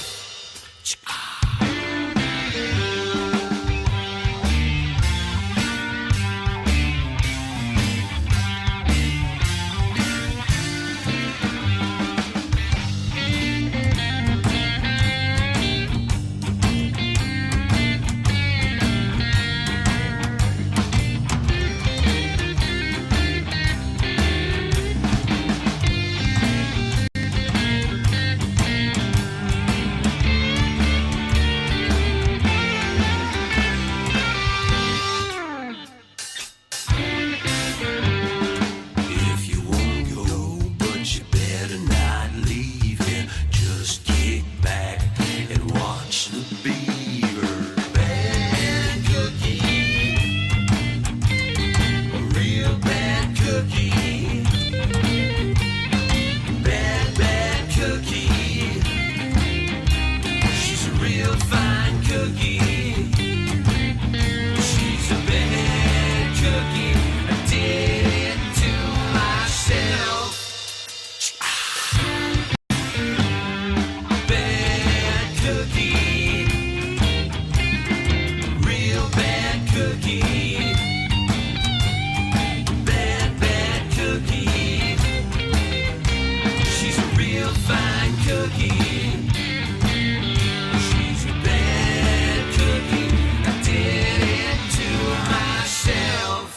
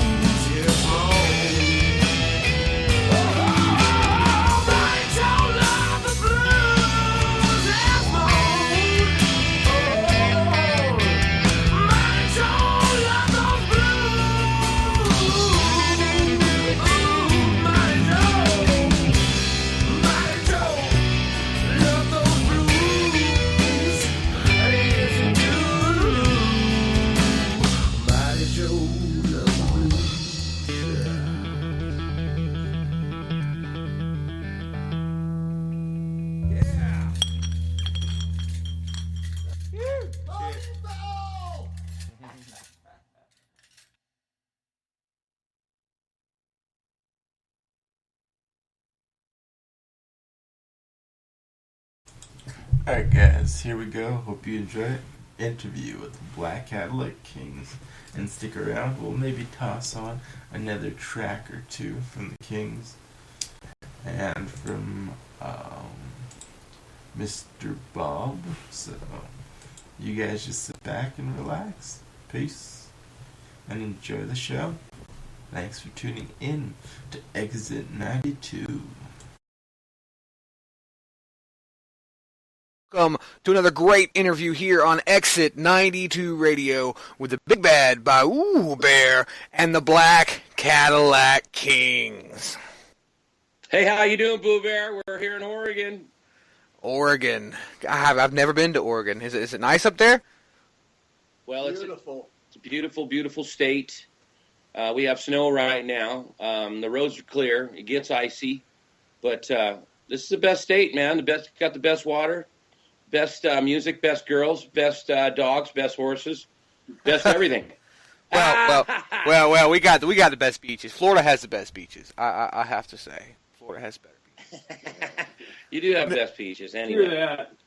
But no, guys. Thanks again for coming on the show for the interview. It's really cool of y'all to do that. I don't get a lot of people who reply here recently. You guys said yes, and then I had another band called Metallica. They said yes, and I got one of them on a couple of days ago, and their interview is debuting tonight. I'm gonna try and debut you guys' interview sometime, this coming week is the plan. But yeah. Thanks again. So the first time I heard y'all was on the Rick Landstrom Music Mafia show. It's on Spreaker as well as mine. Right. And it was just an interesting sound. It was a sound with the blues that I hadn't heard in a long time. It sounded really fresh. So when did you guys start really playing together? It's been a year and a half, really, almost since a year ago last August is when we really first started gigging. Okay. Yeah, we're pretty much a baby band, really, but individually we all probably have 170 years worth of experience. But collectively, as a band, we're still a baby band, just a year and a half old. But we all clicked real good, clicked real well together. Well, that's the key. Isn't it? It is the key, man. We also have common goals, which is nice to find people that get along, that want to go in the same direction, have the same ideas about music. It's hard to find. These days, it is. These days, I mean, honestly, these days it's hard to find a lot of blues bands. You find a few who are doing nothing but covers, which is cool, but you don't find very many blues bands who are writing their own stuff. And we're pretty much that's cool. We're pretty much blues based for sure. All of our music is blues based, but we kind of jaunter out of the spectrum of blues a little bit, but everything is still based on the blues. We've got country, rockabilly, rock and roll in there. So I heard some really good stuff so far from you guys. I've been listening quite heavily. Well, thank you. Appreciate that. I appreciate the music. It's really good. And real quick before we go on, if you guys would like to introduce yourselves, individually. Sure. Well, we've got our sound and light guy here. What's his name? Huh? Johnny Mike killed him. Johnny Mike killed him. We've got our stand-up and electric bass player here. What's your name? Otis D. Oliver. Otis D. Oliver. We've got a guitar player in here who's he's got fingers. What's your name? They call me Vic Pix. Vic Pix. And my name is Shane Thornton. I sing lead and play rhythm guitar and some harmonica. Who we're missing right now is our drummer Chris Garrett. He's out carousing with some ladies, I think. No, he's plowing snow. Those damn drummers always being late. It's a myth.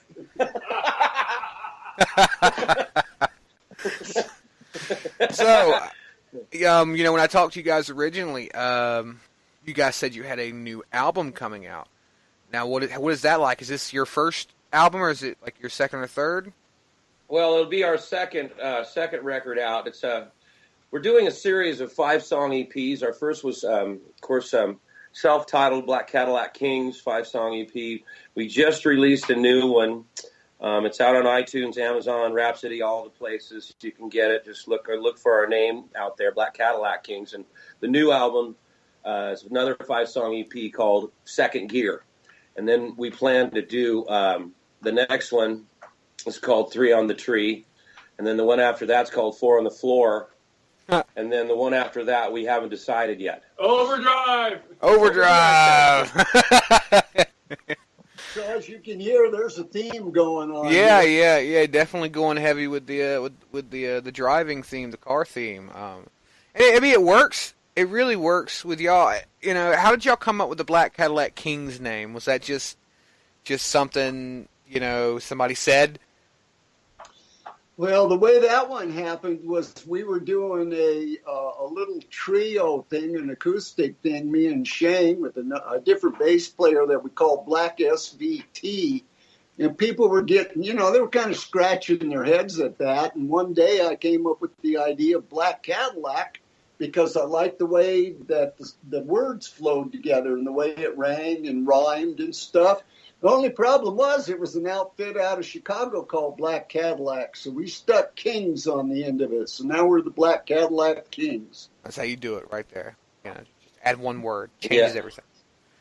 Yeah, we just changed it up. Well, I'd already set up all the websites and whatnot, and it's like, well, geez, our good buddy said, well, we were trying to find something that, I mean, it went for a while. It was like Cadillac Blacks, Black Cadillacs, Cadillac black guy, black stuff, guitars and Cadillac. You know, we kept pushing it around, and then it was our buddy Big Dave who said, "What about Black Cadillac Kings?" And we said, "Yeah."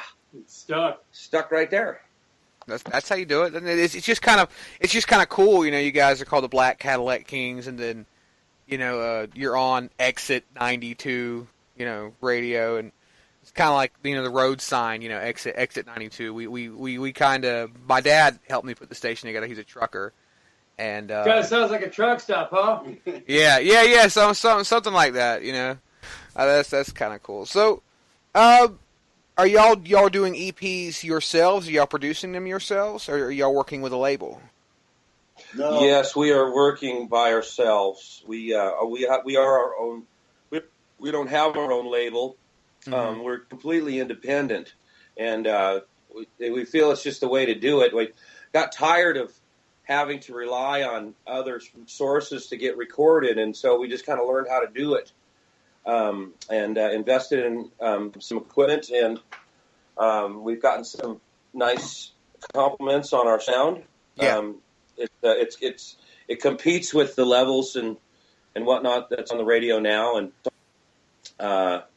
it's more of a live sound that we've got rather than a studio's kind of a sound. I would think, the drums are we do record live acoustic drums, mm-hmm. and everything else is recorded live. So yeah, we do it ourselves, but we are in the midst of looking for a distribution deal. And that's what we want. But yes, we are self-sufficient. Self-sufficient. DIY, baby. Do it yourself. The Black Cadillac We're Kings. just 25 feet from the Buddy Club right now, and that's where we do it all. We need a booking agent down in Florida right about now.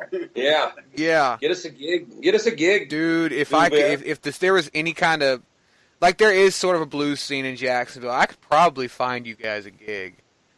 But for us, it's all over the board. Yeah, we're an Americana band. That's what we play is American music. We can do everything from make you cry country and western to rockabilly, slap bass to blues. Yeah. Well, there's like a rock and roll and blues and country scene all out here in northern Florida. That's what is popular. I mean, right. It's just it just kind of sucks when I'm a musician, like I told you guys, and I play blues harmonica and have for quite a while, and I've played with bands, but the harmonica is not as popular as you would think it would be. I've met bullshit. Now out here it's not. Out here bullshit. It's not. I'm telling you, man. I have met so many harmonica players, or I've met so many bands that don't have a harp player. and they're trying to play rock, and like, you know, they're trying to do Locomotive Breath on the guitar, and I'm just like, it just sounds really cool with a harp in it. I don't know. Maybe it's just me. Maybe it's with just Locomotive Breath, though, man, you can go through and easily replace that flute solo for a harp solo. Yeah. Easy. Yeah, I know. I agree. Yeah. Yeah, I played out of San Diego for a long time, and I played with all the best harmonica players in San Diego. I also got to do the Harp Fest down there, which is really a neat festival. It's all about the harmonica. That's awesome. And they get them from all over the planet. They get the best coming in just to play this festival, because that's what it's about. It's about harmonica. I really Nick, wish. you got your harmonica with you? Do I have one around me? I'm in my bedroom. No, I don't have them on me. Wait. Come on, let's do dueling harps right now, man. Let's go. Let me see if I got one in here that still works. This is an old as fucking one.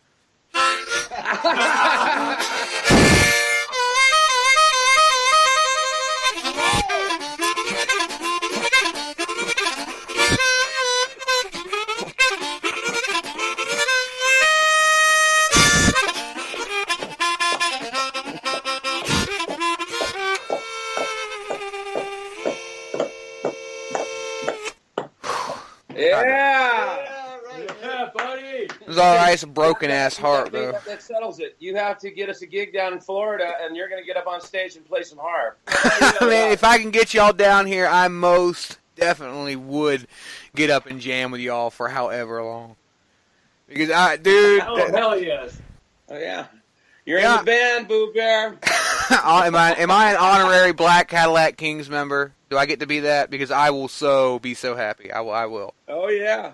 You know it. Awesome, you got it. awesome. You just passed the audition. Sweet. Sweet. I didn't even know there was an audition. Awesome. You guys are a trip, man. You guys are a trip. Okay, so what is the ultimate goal, though? I mean, are y'all wanting to be signed eventually down the road and just kind of spread your music as much as you can? Or is it just, you just happy doing this? You just happy playing gig to gig, flying across the country playing gigs, doing anything like that? Of course, ultimate success is a goal. Everybody here, everybody here is pretty serious about it. We would love nothing more than to be super successful and be signed, and be out there really doing this the proper way. We're ready. We're ready for it. Yeah, we're looking at doing more festivals and things like that. We've been doing some fair gigs around here, and we've been real successful with that. But I would like to be into more of a festival circuit and more showcase clubs. You guys, right. Y'all really need to look into something out in Jacksonville called the Spring Into the Blues Festival. Oh, that would be fun. Yeah, set us up with that. We'll be happy to. I honestly, I don't know the channels to go through. I could. So, simply look it up on Facebook or something, but they do a festival every year around the spring here in Jax. And, bands from all over the place come out here. I think Kenny Wayne Shepherd played out here a few years back. I think Pine Top was supposed to play out here about the same year that he passed. Yeah. The same year that he passed away. But, he didn't make it because I think it was like the festival's in April and he passed away, I think, earlier that year, like February or late the year before. So one of the songs we do on our first CD, Mighty Joe. Mighty Joe was a great keyboard player out of San Diego and New York, and me and Joe got to sit down with Pine Top and share a beer with him and some good conversation. That is awesome. You know what's so funny is that's the first song I heard by you guys, and that's the heaviest song I listened to. I love that song. Mighty Joe is my favorite Black Cadillac King song of all time. All right. Well, thank you. Yeah, I love that song. That was when I heard it and I heard the harp in it, and as soon as I heard it, when I was listening to that station, I thought, okay, I got to get these guys' music for the show, and I got to get them on the show as soon as possible. So I did, yeah. Well, that's cool. We'd appreciate that, buddy. That's awesome. So who is y'all's favorites bands? And do y'all have, like, individually any favorite musicians and bands out there that y'all listen to when you're not playing, jamming and such? Otis, what do you think? Who's your influences?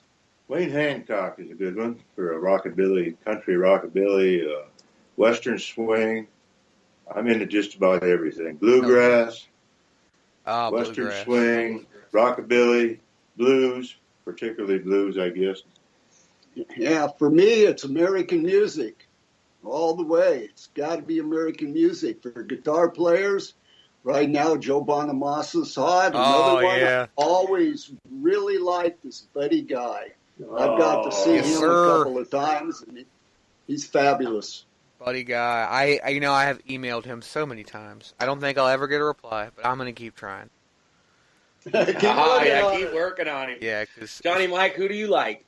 Oh, geez, I love everybody, but one of my favorites of all time is I love John Lee Hooker. I met him one time at the record plant mobile truck back at this place behind a gig in Palo Alto, and he was just the nicest guy all time, and boy, he could play. Yeah. How do y'all feel about How about Jason you? Reese? Who, what? Jason Reese. How do y'all feel about him? Have y'all heard of him? Who's that? Jason Reese? Yeah, he's. Oh, yeah. Remember I was talking about the Harp Fest? Yeah. Well, one of the shows that I did for the Harp Fest, he was a featured performer. I interviewed him last year. He is fucking awesome. I love that guy. Insane. Yeah. I got him on the show. Yeah, that's real funny you brought him up. Like I said, I got to share a stage with that boy. I wish I He could, can play. man.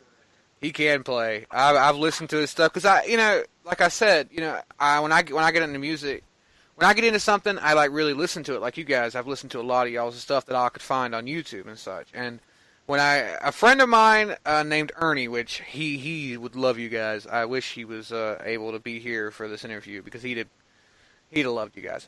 But he turned me on to Jason Reese, and then I listened to his music and I loved it. So I tried and tried and tried. And Jason, he's up there, man. He is such a great harmonica player, and he's really busy. So like 7 months go by and I hear nothing. And then finally I get a reply, and then another 6 months go by and I still hear nothing. He said he wanted to do it, but he was busy.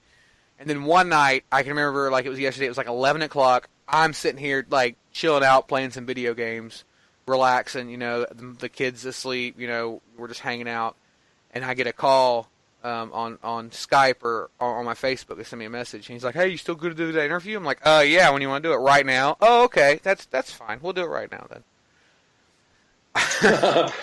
Good deal. Well, at least you got him. That's good. Yeah, oh yeah. I was over the moon. That guy's awesome. Did he share some harp secrets with you? Yeah, it was a really good interview. It was very interesting, very deep. He talked a lot about the road and stuff. How is that for you guys? How is the road for y'all? Is it kind of hard out there? Is it icy? It's really icy. It's like driving on an ice rink. Yeah, right now for road work, we're pretty much just doing Southern Oregon, but we're starting to expand. Yeah. Some spring when the weather's a little bit nicer, we can go through and travel across this stuff unimpeded. We'll be fine. And we're right now getting together Central Oregon to Northern California tour that we want to put together for the summer. Ooh. And that'll be fun. We've slept in some nice hotels, and we've also rented a yurt by the river to sleep in that. We just love to play. The road's good. We like the road, except for when it's icy. Yeah, I think everybody. Yeah, nobody likes the road on the ice day. So Oregon. So there's a nice like rock and roll, rockabilly blues scene out there. I hadn't really heard too much out of Oregon before solid. You guys. No, it's solid. We have in fact, we're playing a show with a few bands in Eugene, Oregon, in March with a band called Cherry and the Lowboys, and they're a good kind of bluesabilly kind of a sound. and another guy called Chet Harris and the Road Rockets, Chet Harris is Hot Rod Hellcats, and he's kind of a bluesy, kind of a rockabilly guy too. But the blues scene here is really solid. I don't know if you've ever heard of a guy called Curtis Salgado, but he's a big blues guy here in town. He used to hang out with. In fact, he was the original guy who thought of the Blues Brothers when John Belushi was in Eugene filming the movie Animal House, and him and Curtis Salgado got together and were partying out. And Curtis had the idea of the Blues Brothers, and this is when John Belushi was on Saturday Night Live, and John ended up going back to New York to do SNL, and kind of stole the Blues Brothers thing from Curtis Salgado. Wow. So, I love that movie, there's too. Some history. Yeah. Well, yeah, that was all filmed up here. Yeah, that was filmed at the University of Oregon. Over in Dexter, Cottage Grove, but yeah. Yeah, I was a huge fan of the Blues Brothers. Dan Aykroyd was my favorite harmonica player for a long time. him and John Popper, those two. Interesting. I got to add he has something a to great radio show. We've had two people from the Oregon now that's taken the International Blues Challenge, or at least second place, which is pretty darn good for 100 bands down there in Memphis competing. I have thought about it a few times myself, but I don't have a band. I don't have people. I don't really even have a way to do it, honestly. I've thought about trying it. I've done it once. It's a lot of fun. You meet a lot of good people. I used to work with a harp player out of Colorado named Harry Harpoon, and a guitar player, vocalist out of Baltimore Red. I might as well throw a plug in for them. Yeah, them guys. Oh, yeah, plug anybody. If you guys know any bands out there that have the same quality as y'all do, that really you think deserve some good attention from people around, because I get a lot of listens in here. I would be more than willing to play them. Well, hey, that'd be cool. Well, Otis, he's in a side band with Harry Harpoon and Doc Mongo. I'm not sure exactly what they're called. What do you guys call them? Mongo and Baltimore Red, I believe, are in Florida right now playing. Who is it in Florida? Yeah. Dr. Mongo and Baltimore Red. Look them. I think they're playing in Florida is what Otis said just now. I'll have to look into them, and check them out. They were down at the Alphi. You know where the Alphi is at? No, I've never heard of the place. You guys down towards Tampa. Once you start going south of Jacksonville, I'm lost. I've never been any farther into Florida than Jacksonville. You haven't been to the Keys? No, I stay away from Florida. It's that far. No, I don't like Florida that much. It really is. It's just hot, and the people are annoying down here, man. I'm from here, and I don't like it. So I've always wanted to go to Chicago. I've always wanted to go to Canada and the UK. Nice. Yeah. Well, that would make you appreciate Florida a whole lot more. Probably, I really like my little slice, though. Right here by the Georgia line. It's very nice. It's quiet. A band called Florida Georgia Line. I've heard of them guys. You know what? I will say they have had one really good song that I actually like. It was called Holy. I just thought it was a great tune. It was catchy. But the rest of it, everything else they've put out, I just cannot stand. It's absolutely just dreadful. It's drivel, Then they have a song called Dirt. Commercial country kind of sucked all the way around. Yeah. One of the things that we do, especially since we are just self-producing and self-recording and doing all of that, is we can choose our own direction, and we stay away from that cookie cutter stuff. Yeah, you don't want to get mixed up in that because it ruins your sound. It ruins if you do it once. That's it. That's what people are going to expect out of you. They're going to expect, Luke Bryan and whoever else. I don't even know any of the Blake. Well, right, I don't even know. It's all sounds the same. Most of that stuff, they don't even write their own songs. It's, down there, you got a whole bunch of songwriters trying to sell songs, and you got a whole bunch of producers that got bands or whatever project they're working on that are buying songs, and that's where that term cookie cutter comes from. A lot of that there is kind of like a country rap, or sometimes we call it crap. Yep. Yes, sir. Applause to you. Applause to you. That is great. So, the Oregon scene, I guess, is booming for y'all very well. You're talking about hitting up a tour. Coming when again? When did you say the tour you were talking about hitting up? We want to do that this summer for sure. Yeah.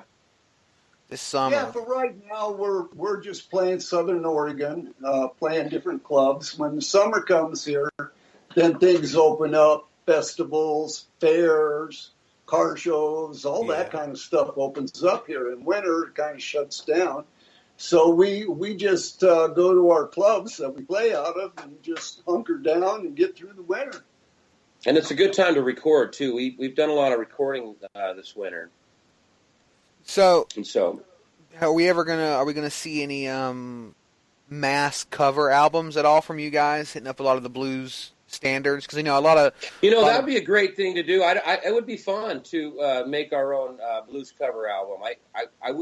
I wouldn't be opposed to that at all. So I would keep that as a good possibility in the future. If because we do have we do have some blues songs that we play that people dig, and we do good at them. And so, yeah, for me though, I'm more interested when I do a CD rather than covering stuff that everybody else covers. We've got some good songs we've written. I would just as soon do that. But that's my own personal opinion. Yeah, y'all do have a lot of good stuff that y'all have written so far. I mean, I remember I was whenever I play my video games, when I'm decompressing, I like to play video games. When I'm just chilling out, just being me when all of my stuff's done for the day, my little one's napping or just hanging out. The wife is happy because happy wife is a happy life. You know how that works. Yeah, I'm married. I know how that exactly. You know what I'm talking about there, boss.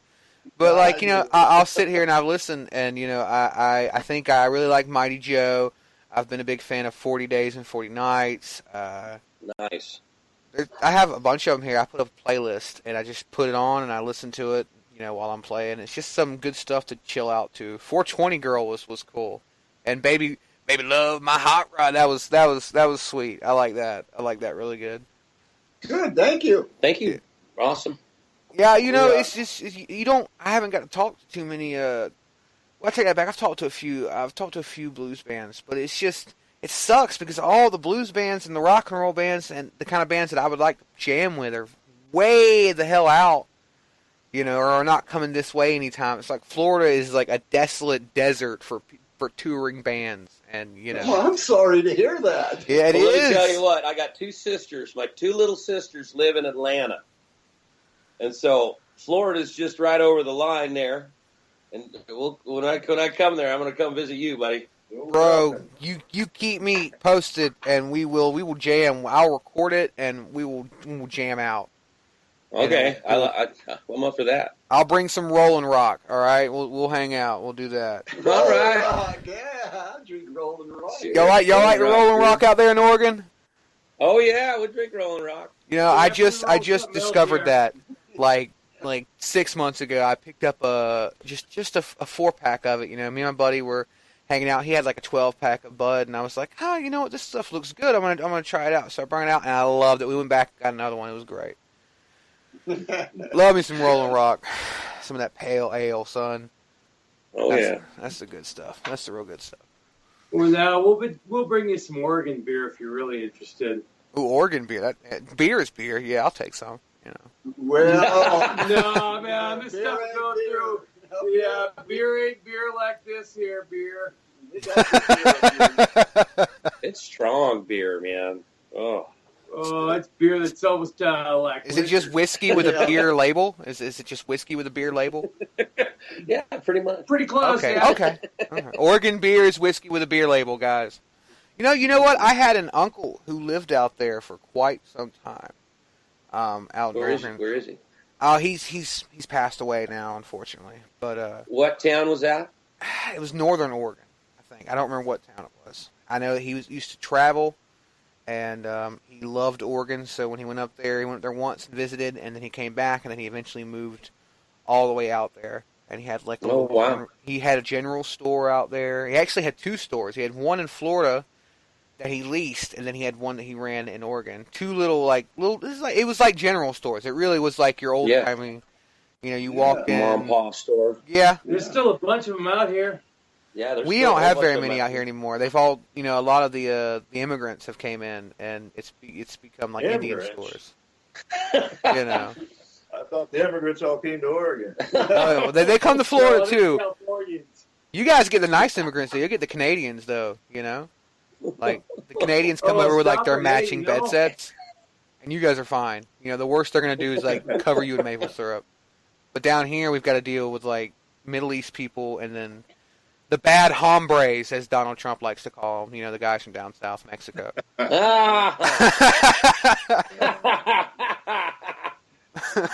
bad hombres.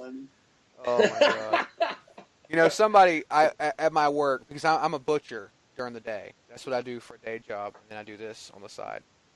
And, Jeez, I would have never guessed that. A lot of people, when I tell people that, they would have never guessed either. Yeah, that's what I do. And you really, if you've seen me, you wouldn't think I was a butcher, but that's what I do. And I was in the restroom the other day, and somebody had taken big black marker and wrote "bad hombres" on the wall, and I don't know why, I thought it was the funniest thing in the world.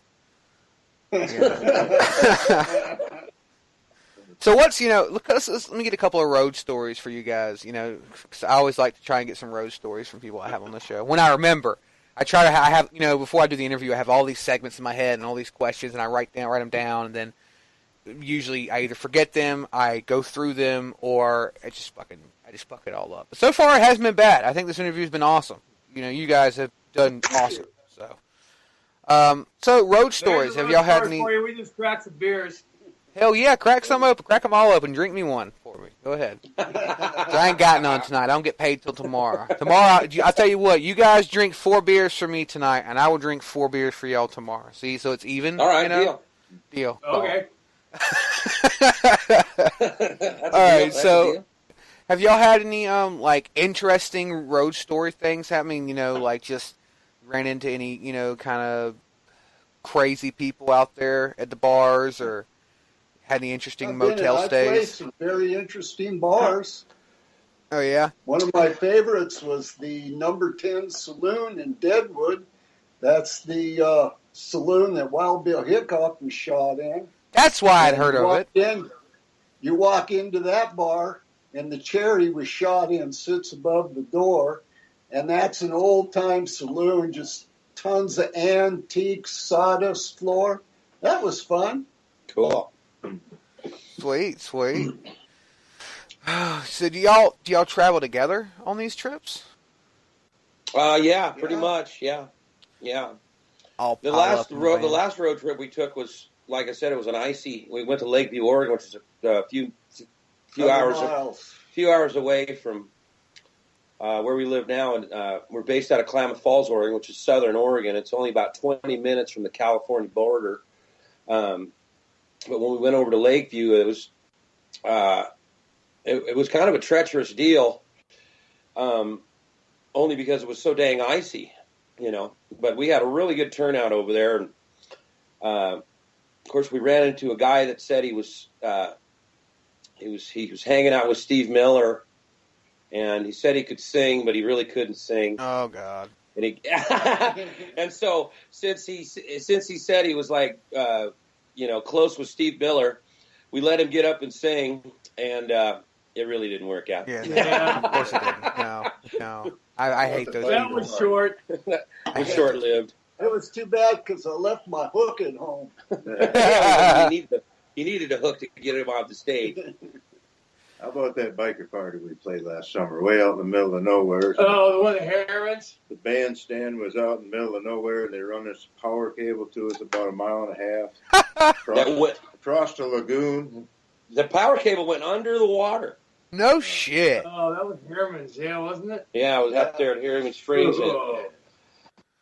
That is insanity. Stumbling around, breaking the cables. The fun part was all the biker ladies. Oh, did y'all have to beat them off with sticks because they were like attacking the stage? With y'all up there playing. They were entertaining. They're very entertaining, and let me tell you what, they got their country song "Tequila Makes Clothes Fall Off." Well, it happens. Here. Did y'all make all the clothes fall off? Damn it! Yes. God bless their hearts. Yeah, I think when you get to that point and you're playing and you get up on a stage, if you can start making women's clothes fall off, you're doing it right. You're doing it right. I think if you can do that, then that's an achievement of some sorts. Yeah, it is really. It's but they're all over 60. That's.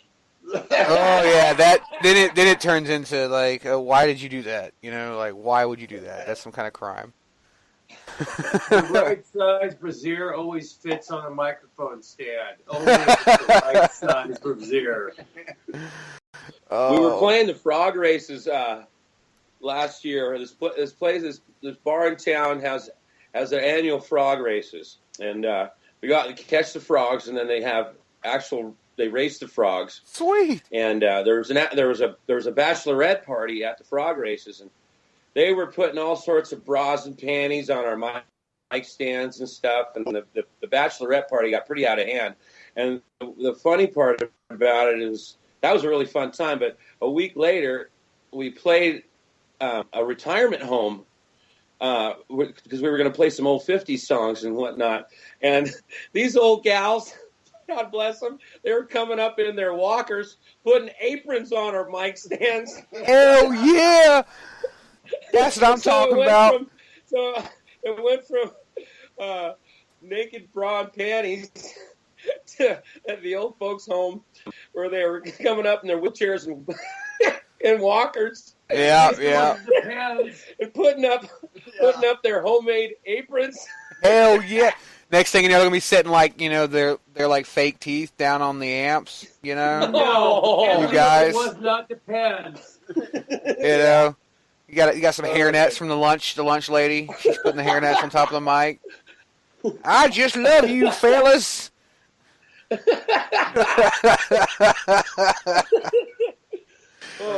That is awesome. Hey, I got a frog trophy. I came in third at the frog race. That's right. You did get third place. Yeah, I got me a trophy. Got me a frog. Black Cadillac King. Black Cadillac Kings, multi-branding. You guys are not only a band, but you are a professional frog race team. That's right. Got the trophy to prove it. Yeah. Hell yeah. Multi-branding, guys. Multi-franchise. That's what I'm talking about. You got looking towards the future. Because next thing you know, frog racing is going to be... What'd you say? An extravaganza. Exactly, an extravaganza of frog racing, blues, and classic rock and rockabilly. Which it goes together. It goes together. So and bring your aprons and your fake teeth because the band loves that. So that's right. In fact, we played a party last year over in where was that? Myrtle Creek, Oregon, and we were playing in front of their swimming pool. But it was in September, so nobody was swimming, and they had the cover over the pool. If you lifted the cover up, there was like 1 million frogs in there having sex. Oh my God! And so, actually, we made a recording of it. If people go to our website, blackcadillackings.com, we got a couple of cover tunes on there. We got a Creedence medley and a big Bill Brunsey cover that we do, and if you listen closely at the end of each recording, you can hear those frogs in that recording, and with their sex suit. Yeah, in their little froggy sex suit. The frog orgy. You can hear the frog orgy after the song. So if you go frog to the website, orgy. check that out, It's like hear the it's like a. Yeah, we figured we were stimulating those frogs. That's the best way to do it. Best way to look at it. You guys stimulated the frogs. Connection with frogs? We don't know. It just happened. We didn't have one until a minute ago.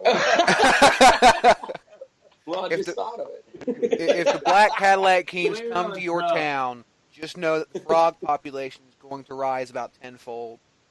So be prepared. That's what it's like. Frogs out here. Yeah. It's the only downfall is that you're going to have frogs everywhere, but you're going to have the greatest music. So, I mean, it kind of equals out.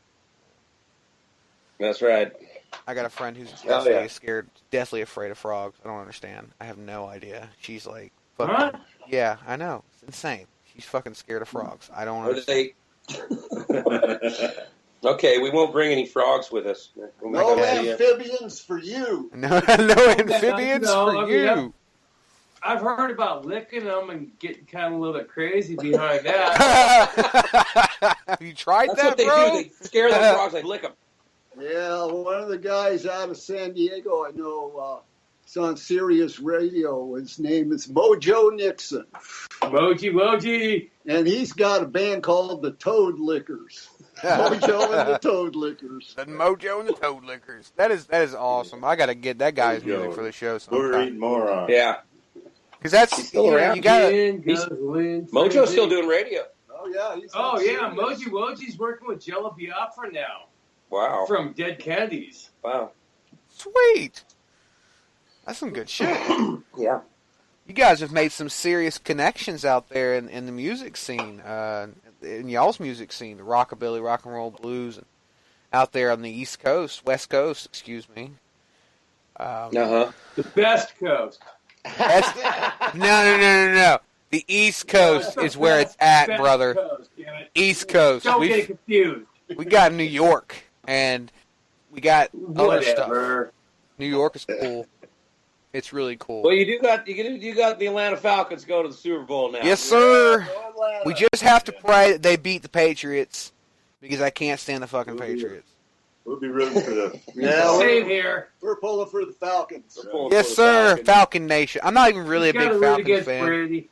I'm a Pittsburgh fan, actually. I'm a diehard Pittsburgh fan. Man. Yeah. Oh, man. Yeah. They came close. You guys We got hurt. They got just totally They got spanked. Yeah, no, there's not even a good way of saying it. Like, we got hurt. They broke. They broke didn't the show Steelers. up. Yeah. Neither team, neither Pittsburgh, neither Green Bay. No, Green Bay didn't either. You know, it just did not happen. I don't understand. I don't know. Neither do I. Aaron Rodgers they got 6 guys hurt in that game. Yeah. Well, that, and they all had the flu.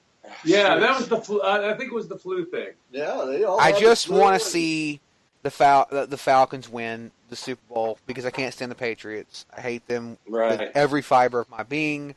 They're like the Justin Bieber got of a football. shot at it. They're there. Yeah. You know what I heard happened to the Steelers is they were staying at the hotel there in Atlanta or where they were in New England. They were in New England. I mean, and they arrested some 25-year-old kid guy who'd pulled the fire alarm at their hotel at 3 a.m. Oh shit! Mess your mojo up. Yeah, no, I look it up. It's out there. Somebody's been arrested for pulling the fire alarm at the Steelers hotel. Well, you know, that's how they have to do to beat the Steelers. You know, they knew they were going to lose, so right. They got to do everything they can. Deflate the balls, watch the tapes, wake them up at 6 a.m. with the phone. You know, it's what you have to do. So. Before you guys, because I'm fixing to have to, you know, unfortunately end it for the night, because I actually have to broadcast another interview tonight at 8 o'clock with Metallica. So you sort of cut this up. Yeah. Huh? Oh yeah, he's gonna air. You're gonna air this next week? Yeah, that's the plan. Is next probably either the end of this week or the beginning of next, either Friday or Monday. Okay, cool. That'll give you plenty of time. Yeah, cool. I'm gonna have plenty of time to pimp this out. You know, we're breaking the fourth wall Give right us now. a shout out. Oh yeah, the Black Cadillac Kings are welcome on Exit 92 Radio anytime. I'm waiting for y'all's next album to come out. Oh yeah, well we're working on it. We've already got some songs down for our third third EP here. No, I thought we were going to take a little break after we went through and finished up the second one. Hell no, 2 gigs, boom, we're back at the studio. We are.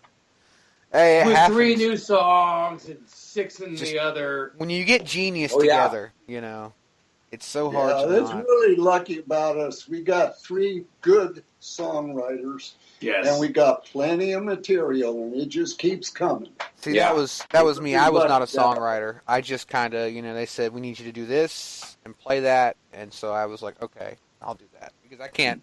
I tried writing for a while, and I just couldn't get the mojo, you know. I couldn't just put... It just comes from within. Yeah. I've been told that. I just got nothing to put down. You know, I play what I feel with my heart. I can't write what I feel, I guess. That's what I'm saying. Oh, damn. You've never had a girl dash your heart before? No, well, yeah, but, I mean, nothing like... Well, yeah, but you drive that, man. You pick whatever. I go through my heartbreak. Let's bring it all up now, Yeah. Dr. Phil. I'm appreciating. Oh, God, listen to half of Chris's songs. Yeah, we play with the king of heartache. Oh, The man, king he's got so of- many songs about so many ways he's been done wrong. Yeah, Chris Garrett pain songs. I Oh, wish he was yes. here, man. He's got some painful songs. Pain songs, man.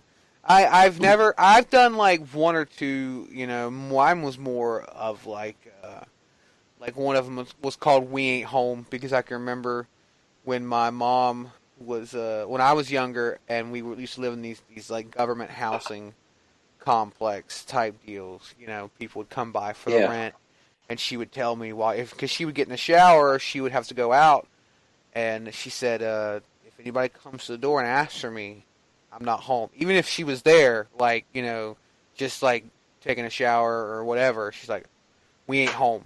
And I remember that, and I was like, okay. Hey, you got a hook right there. Yeah, I wrote the song. It was called... I Ain't Home. Yeah. I wrote a song out of that. It was called We Ain't Home. And I put that. That's about the only real good one I've ever put together. I liked that one. Me and a guy named... Hey, can we steal that one from you? Shit, man. If y'all want, I'll send you the damn song. Y'all can cover it. I'd love to hear somebody else cover it.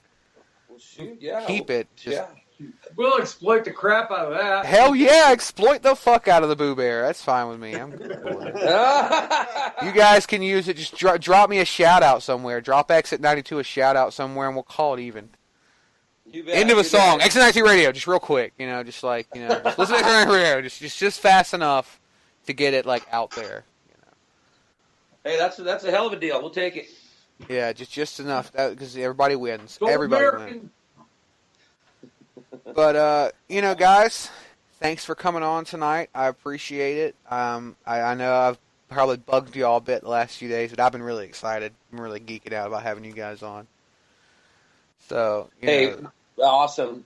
Well, let's see. How about we do you're listening to Exit 92 Radio in Jacksonville, Florida, and worldwide with the Black Cadillac Kings. Ow! Hell yeah, that's not. I'm gonna have to cut that out and go ahead. Intros and exits. All right. Hey, Nick. Hey, we really appreciate it. Thank you, Nick. Hey, do y'all have y'all's instruments around? If y'all want to play us out, play for like a minute or two. Y'all more than welcome to. All I got is my harp with me. Shit, go for it. We're all frozen in the barn.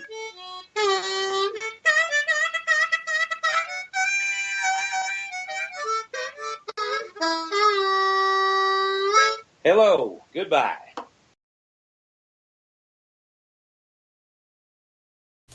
Alright, so that was the Black Cadillac Kings interview. I do apologize on my whispering. I have people sleeping, so you get the drift. Anyways, so what is going down now is we got you some more Cadillac Kings coming up here. I'm gonna auto this shit and we will get it going. I do hope you guys enjoy it as much as I did. It was fun. I had a good time. We did some Mighty Joe earlier. Did a little Bad Cookie. We had a few songs here that I just played recently, like Down Forever. Now we got 40 Days and 40 Nights coming on. Let's see here. And we'll do Get While the Getting's Good. And then what I shall do here for you guys is get some more Bob for you. So we'll get like another track or two from him. We got Cairo Blues. And we'll do The Clock. So you guys sit back, enjoy the music. I'm just going to shove it all in there get it all ready for auto. Because, well, why not? If I can auto it, I can auto it. I got some food that I just made, so I gotta go grab that. So that will be grabbed. And then I will be back to sign off. You guys enjoy your evening. It was fun. So I'm just going to get this playing right now. One of the tracks isn't working for some reason. I will figure that out though. Looks like two of them. We'll switch it out. It's all Bob stuff. So we got a lot of it here that we can play. Let's see here. Man or Mouse. Alright. We'll get that. And we'll get Harmonica Joyride. So if those work, hats off. Should be good. If they didn't already get a little messed up here, I don't know what the heck's going on. Anyways, yeah, it's not popping up. I got some of his tunes, just not all of them for some reason. Oh well. I'll figure it out. Anyways, we'll do the 2 tracks by Cadillac Kings. Hopefully this stuff works now. Apparently it wasn't, but anything's possible. I'm gonna rescan this. I'll hit play. You guys sit back, enjoy the tracks, and just have a good night. Yeah, that's all. Alright, peace.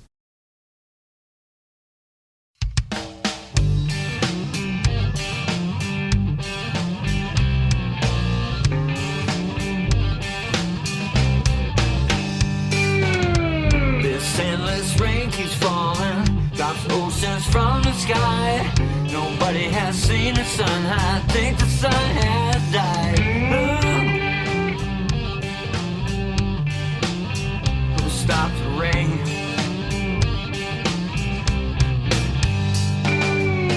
This endless rain keeps falling, heaven's bringing its hammer down. I think I'll build an ark unless you're gonna drown. 40 days and 40 nights, here it comes again. The time's come to forgive me, unless you rather swim, baby, come on in.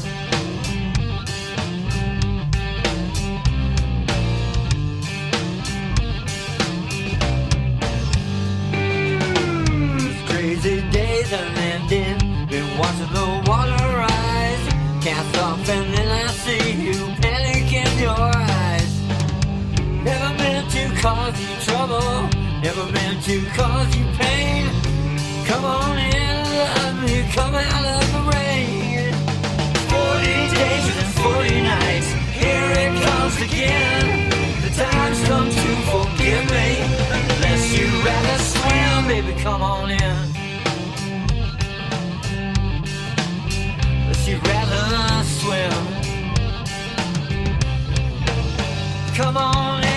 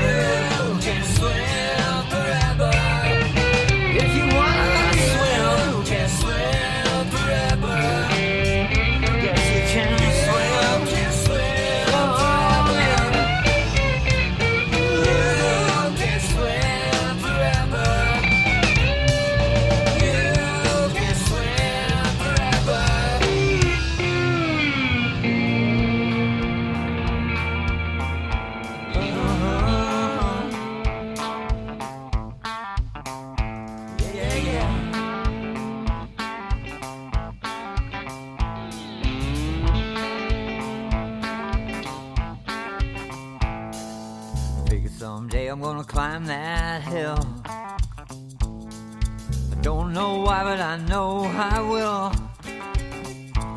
I wanna stand on top, baby, look around.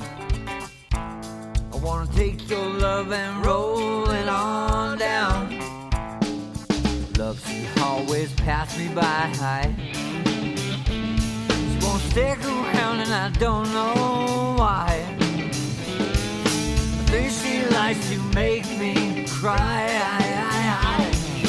Says she don't, but love she lies. It seems I've got this curse around my heart. Whenever I fall in love, it just falls apart.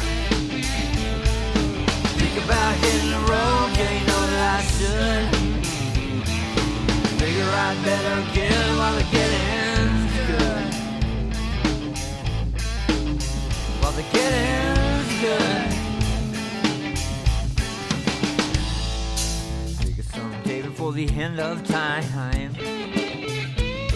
You've been taking so long making up your mind.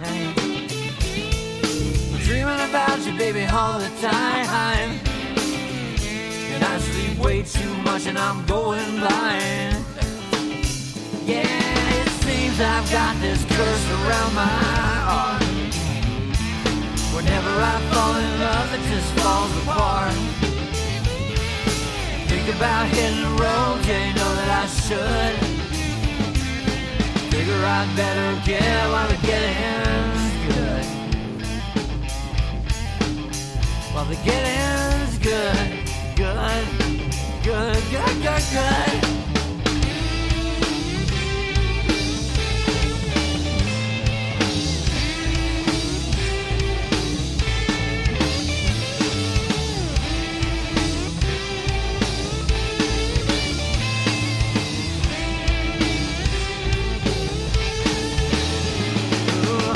Seems I've got this curse around my heart. Whenever I fall in love, it just falls apart. Think about hitting the road, yeah, you know that I should. Figure I'd better get while the getting. Figure I'd better get while the getting's good.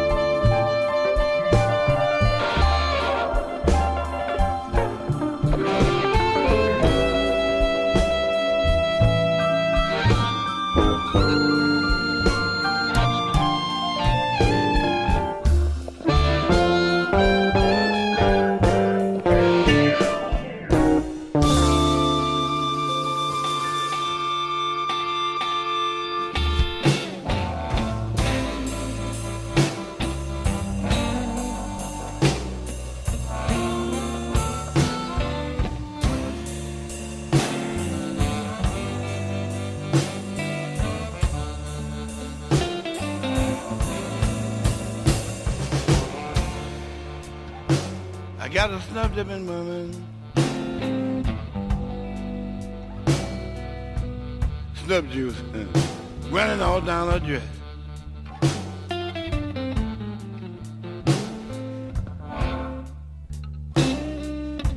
Yeah, I got a snub dipping woman.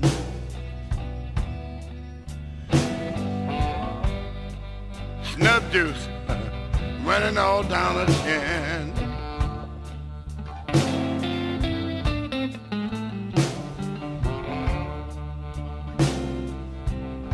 You know, she kissed me once, y'all, but I didn't know. But I never let her kiss me again.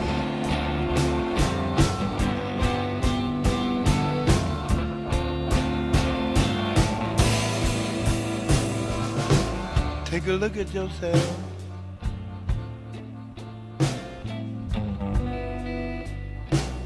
Girl, you really look a mess.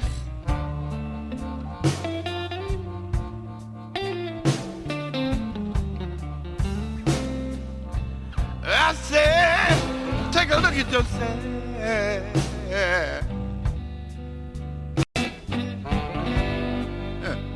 I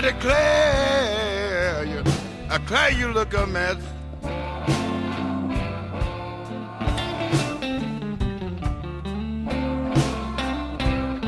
You see, I paid a lot of money for the clothes you're wearing, baby.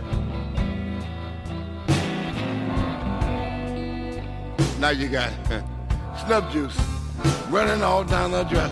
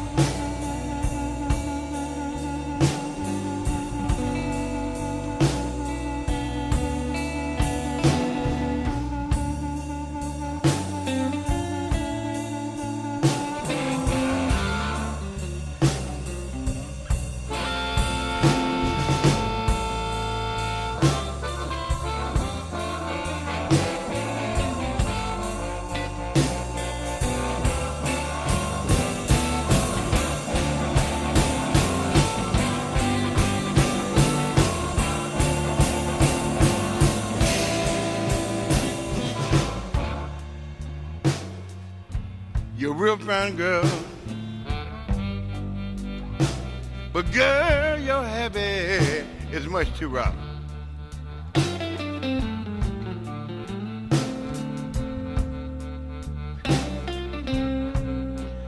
I said, you're a real fine girl,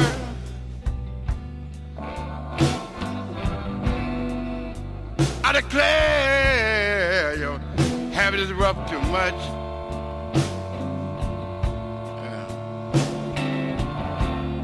See, I'm gonna have to put you down, baby.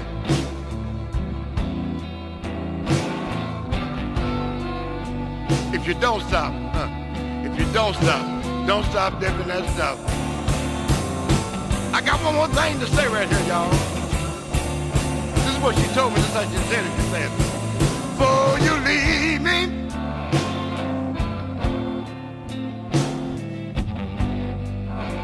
there's one thing I want you to know, yeah.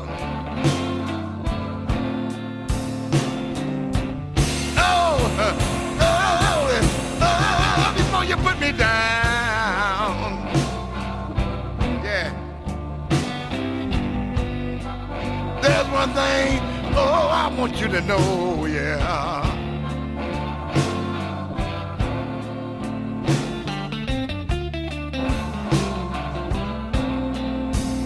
And how much I'm gonna miss you, baby. Oh yeah, yeah. After you have gone away from me.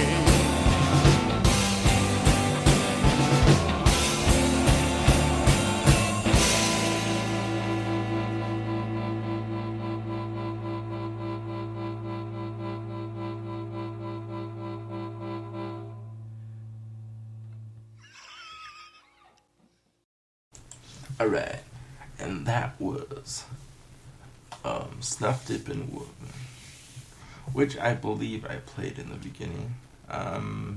Probably most certain, but I couldn't get all those tracks to work because most of them are WMA, and for me, my player is registering MP3 at the moment. For some reason, it won't register them, but I got it going.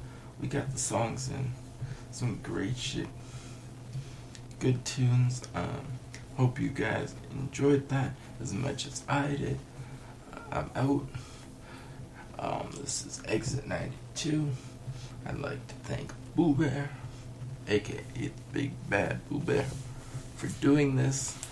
For Bob Corritor, for his nice little assistance there with the interview, and for doing it. Same with the Cadillac Kings, Black Cadillac Kings to be exact. Thanks to them too. Check out Exit 92 Radio for all your interviews and shows. We got a great bunch of shit going on here, like WWE Talk, Weekly Rapture, Nerd Central has some shows, The Mac Attack, phenomenal show, check that out, Fort Post Massacre. We're kicking it. We got 11 show episodes. We're gonna work on our 12th, hopefully soon. We got our best of, Real America Live, Ninja Chat, The Metal Meltdown, which I do, if you guys want to check that out. As well as the rest of the shows. IDK, or I don't know, whatever you want to call that. It's a great show. I just listened to the recent one. It was great. There's one called Gingy and the Angry Redhead. That has no plays on it yet, but hopefully we'll get something soon. As well as we've got another show coming up in the coming weeks or days. Well, apparently it's Wednesday. Let me pull it up for you guys real quick before we end this, because I don't want to miss things here. Let's see. Who am I looking at? Oh, Nick. Okay. I do apologize here. I don't have this stuff on hand because, well, it's one of those things that I don't do. I just like going in things blind. Or in this case, I had everything set up. Let's see. Oh yeah, Happy's Love Shack is going to be on this week. So if you guys want to check that out, give it a check on Exit 92. That's going to be good. It should be Wednesday if I'm correct. Boo Bear has his show on Wednesday that he's doing this week. So what's going to happen is he's going to do his show and then Happy's going to be coming on. So I hope you guys enjoy that. It's going to be Moonshine Mill. Anyways, I'm out. You guys just check it all out. I don't need to say more. You guys should know offhand. Just go browse, see what you like. I'm out. Peace.